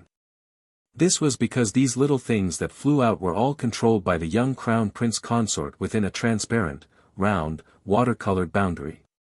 No matter how they thrashed about inside, they still couldn't escape from that defensive boundary. What a powerful water spirit defensive barrier. Everyone sighed with emotion. From the Mu family's point of view, they always felt that this was the little crown princess's limit, but it wasn't the case every time. The little crown princess would surprise them from time to time, making them inexplicably feel that this crown princess's potential was endless. What the hell is this? Mu Jingzhao's expression changed. Chapter 4089. They're a batch of skeletal flying beasts bred by the All-Seers people using improved medicine. Looking at the original form of these little fellows, they should be flying beasts like hummingbirds. At this moment, their skin and flesh had long withered, leaving only a handful of pale bones. Grandfather, as you can see now, I contacted the All-Seers people to gather more information for everyone. Mu Erkshu took a deep breath and kowtowed heavily to the ground. I only approached you for the sake of my family, don't make irresponsible remarks, Arbor coldly interrupted him. A faint cold light flashed through Mu Erkshu's lowered eyes. You originally wanted to release these little fellows and cause chaos by surprise, then take the opportunity to escape. Why do you say that, Crown Princess? No matter how glib your tongue is, you can't wash away the crime of following Mu Jingxing and destroying the Mu family's talisman array. You and Mu Jingxing went to the Mu family's mountain gate together to welcome the group of All-Seers disciples that Mu Jingfeng brought. You killed your way into the Mu family and killed many clan members. This is definitely the truth, right? Bastard! Mu Jingzhuang pointed at Mu Erkshu and shouted angrily, Father, elders, the second branch definitely can't be allowed to stay. Mu Tsang sighed faintly and looked at Mu Jingxing and the others. He shook his head and said, then, remove the second branch's name from the Mu family's genealogy and banish them from the capital. Father! Mu Jingzhuang called out in dissatisfaction, as if silently blaming his father for not dealing with matters with enough severity. Such a great crime of betraying the clan, yet he only raised it up high and let it go lightly. This punishment was too light. But how could he understand Mu Tsang's heart as a father? Even a vicious tiger would not eat its cubs, let alone personally giving the order to kill the second branch's entire family. Mu Tsang knew that he could not do it. Since the second branch had disloyal intentions towards the Mu family, they could no longer stay in the family and were banished far away. In the future, whether their family was rich or poor, it had nothing to do with the family. No, grandfather, you can't chase me out of the family. Mu Ro-yi cried out with a frightened expression. Grandfather, I'm your biological granddaughter, grandfather. Mu Tsang waved his hand and had several disciples of the Mu family drag the entire second branch out. Mu Ro-yi wanted to scream again, but an impatient Mu clan disciple found a rag and stuffed it into her mouth. As Mu Jingxing was taken out, he shouted angrily, I refuse to accept this. I won't accept it no matter what. Old Patriarch. First Elder frowned and couldn't help but say, will the people of the Mu family's second branch cause any more trouble? After all, from the looks of it, this family was not going to let the matter rest. Mu Tsang shook his head in disappointment and exhaustion. Send someone to keep an eye on them. Tell them to pack up and leave the city. With that, he turned to look at the Crown Prince and Arbor with an apologetic expression. Your Highness, I've made a fool of myself. Prince Mo shook his head and didn't say anything. Arbor glanced at the group of skeletal hummingbirds that were trapped in his water spirit barrier and couldn't get out no matter how hard they tried. After some thought, he first threw them into a purple storage talisman. She could take these little things out to study when she had the time. She could see that a black crystal the size of a grain of rice was suspended in each of these little fellows' half-fist-sized skull. Chapter 4090. If she could peel off these black crystals and study them carefully. She didn't know if she could find a way to crack them. However, she had a lot of things to do now, so she'd have to wait until she had the time to study them. This thing couldn't be rushed. After Arbor finished thinking, he raised his head and looked in the direction of Mu Tsang and the others. He stood up and said, take care of the rest, we'll return to the palace first. Then, he took out a box and threw it to Old Man Mu. There are a few sets of defense array glyphs inside. See if you can set them up around the house. Mu Tsang's expression was a bit excited. He took the box and nodded, then stood up. Jojo. Crown Princess, please wait. First Elder also hurriedly stood up and presented a token with the Mu family emblem with both hands. This is the family emblem. In fact, it should have been given to you when you came out of Chaoyang Pavilion. You're the chosen patriarch of Chaoyang Pavilion. If it was in the past, perhaps some clansmen would be dissatisfied. However, from now on, I believe that no one will raise any doubts. Arbor frowned slightly.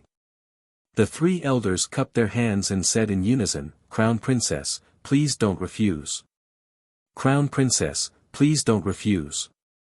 Arbor nodded and raised his hand to take the token from First Elder. He said faintly, since you want me to be the patriarch, then from this moment on, you have to listen to me in everything. Including the daily training of the clan's disciples and so on. The three elders nodded in unison. We'll listen to the patriarch's instructions. Then, the patriarch's succession ceremony, Arbor shook his head. Unusual times, let's keep everything simple. Gather all the disciples here. Yes.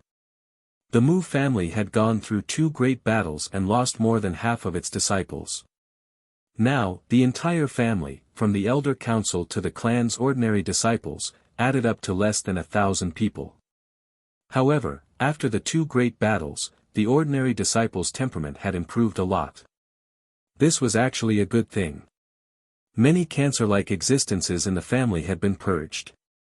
After removing the dregs, what was left should be the essence. Even so, Xiao Mu still looked down on these people from the Mu clan.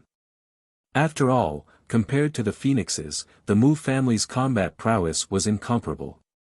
A quarter of an hour later, many of the Mu family's disciples were neatly dressed and gathered in front of the hall. A group of disciples lined up in a square formation and stood under the broad steps, looking up at the people standing in front of the hall. The little crown princess stood at the front of the crowd expressionlessly, staring at them with a sharp gaze. Greetings, Patriarch. The 3 elders of the Mu clan cupped their hands together. Following that, the disciples at the bottom of the stairs took a step forward in unison, kneeled on one knee, and cupped their hands in salute. Greetings, Patriarch. Greetings, Patriarch. The voices of the crowd of disciples were loud and clear, like the waves of the sea spreading outwards, shaking the mountain forest and slowly rippling in the air. In the darkness before dawn, that voice rose and fell for a long time. Everyone's heart was surging with emotions. Today, Tian Yun killed my people and trampled on my land. In the future, he would make him pay with his blood. He would pay 100 times the price. As soon as the little crown princess finished speaking, the disciples immediately raised their arms and shouted loudly, blood for blood. Blood for blood. Mu Tsang stroked his beard and nodded comfortingly. Chapter 4091. Open the city gates. His Highness Prince Chen has returned to the capital. Open the city gates. Following waves of excited shouts, the city guards busied themselves. As the winch moved, 2 rows of soldiers worked together to push open the heavy city gates made of huge rocks from the inside out. Duan Yu was dressed in pitch-black military armor, and his long hair was tied into a ponytail that hung down to his waist. With a whip in hand, he strode forward on his horse. After so many days of marching, his originally porcelain-white skin now revealed a healthy wheat color. Looking at the cheering commoners on both sides of the street, a faint trace of astonishment flitted through the man's inky eyes. In his opinion, Mo Lien dispatched 1 million soldiers to station in Fengyang City to lend him a hand. Naturally, it was impossible for them to attack. However, the entire Tsang province's imperial court was unaware, and neither were the commoners. Thus, in their opinion, His Highness Prince Chen, who could persuade the Divine Prefecture army to withdraw and return home without suffering any losses in Tsang province, was simply a godlike existence. Right at this moment, Wu Yong led a group of people out of the city to welcome them. When they met, he immediately dismounted with a wide smile and went forward to greet them. This old official greets His Highness Prince Chen. Prime Minister Wu, no need to be so courteous. Duan Yu nodded slightly. Wu Yong couldn't help but step forward in joy. The tall and slender young man beside him also stepped forward to greet him. Greetings, His Highness Prince Chen. Duan Yu swept him a nonchalant glance. Wu Yong turned to glare at that young man and waved his hand, indicating for him to retreat. He then said to Duan Yu with a smile, Your Highness, His Majesty sent this old official to welcome you. Let's return to the palace now. His Majesty has been waiting for Your Highness since early this morning, so he must be anxious now. Duan Yu nodded slightly. There was a small situation on the way, so we were delayed. Thankfully, Your Highness returned safely. This is our entire Tsang province's blessing. Wu Yong chuckled as he mounted his horse and led the group to retreat slightly, calling for Duan Yu to go first. After the caravan advanced, the commoners on both sides of the street cheered thunderously for His Highness Prince Chen's name. Their high spirits and enthusiasm made Duan Yu feel a bit strange. If they knew the truth, Duan Yu furrowed his brows and remained silent. Behind the crowd, a blue and white palanquin had been waiting for a long time. At this moment, a soft voice sounded from the palanquin. Xiao Ju, help me out. Let's walk forward. Miss, it's too crowded here. Be careful. The maidservant disapprovingly helped her miss out of the sedan. He reached out and grabbed her arm. Miss, it's so messy here. It's not appropriate to squeeze through. Then help me stand there. This woman was about 20 years old. She had a slender figure and fair skin. She was obviously a young lady from a large aristocratic family. Miss, you haven't fully recovered from your injuries, so you shouldn't come up and down again. Although the maidservant called Xiao Ju was grumbling, her footsteps moved as she supported her young miss and walked towards the stairs behind her. Now that Qi Liren was standing at a higher height, she could clearly see the man in the middle of the crowd, who was slowly riding his horse along the wide street. It's really him, Xiao Ju, it's really him.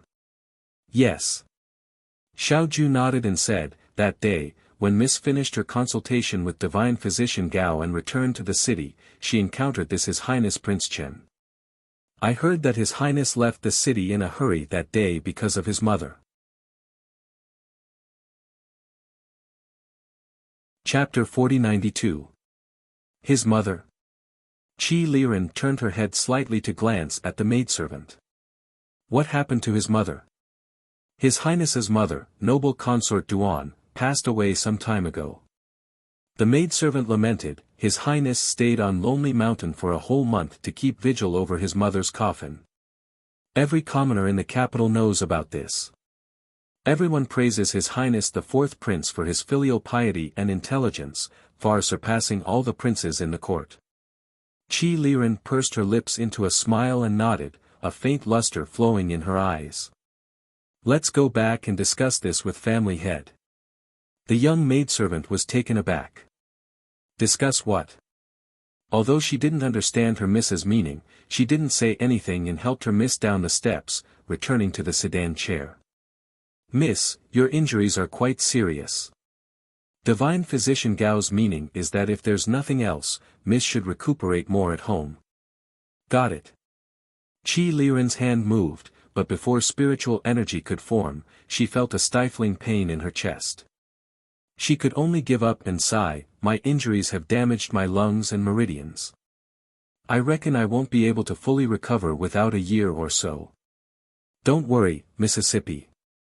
With Divine Physician Gao's diagnosis and treatment, you will slowly recover. The young maidservant flattered, you are our clan's most talented miss. You were injured because of the clan's affairs this time, so family head will definitely distribute the best pills to you. As the maidservant spoke, she helped her miss into the sedan chair. Qi Liren was being carried forward. Involuntarily, she twisted her two slender fingers and lifted the curtain of the sedan chair to look over. However, she only saw that graceful and handsome figure walking far away, leaving only a bit of the setting sun's afterglow following him. Qi Liren smiled knowingly and pursed her lips before lowering the sedan chair curtain. Marrying should be marrying an exceptionally good man. Your Highness, what is this?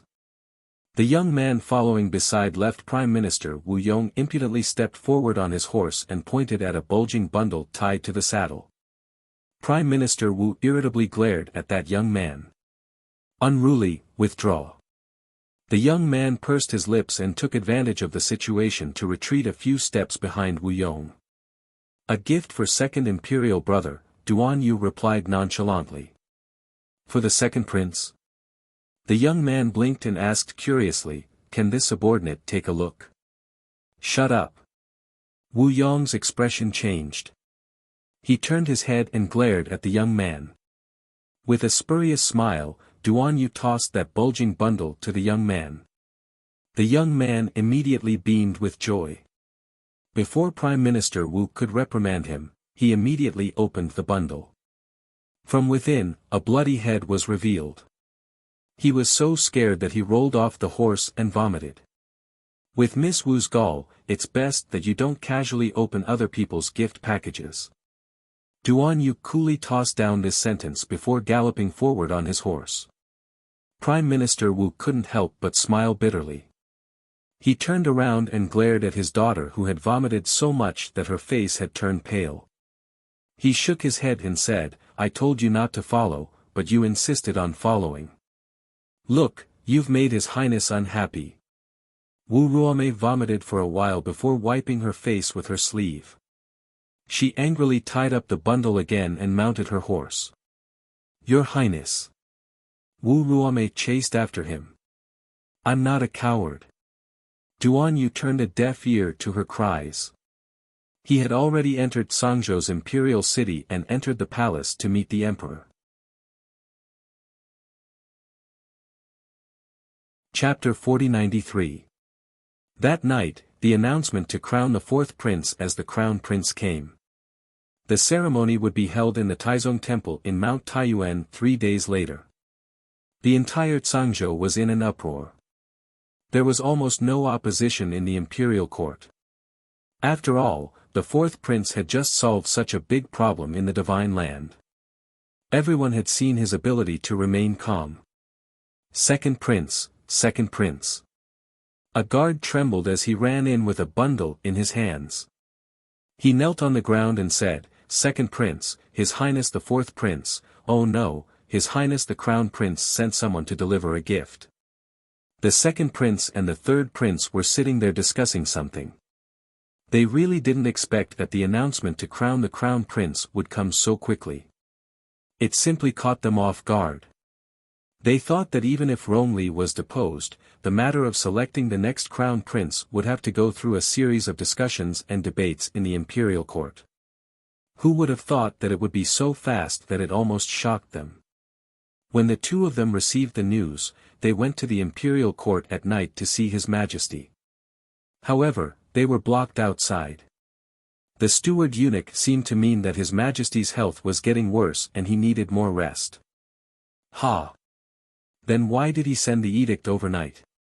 The second prince walked up and down in the hall.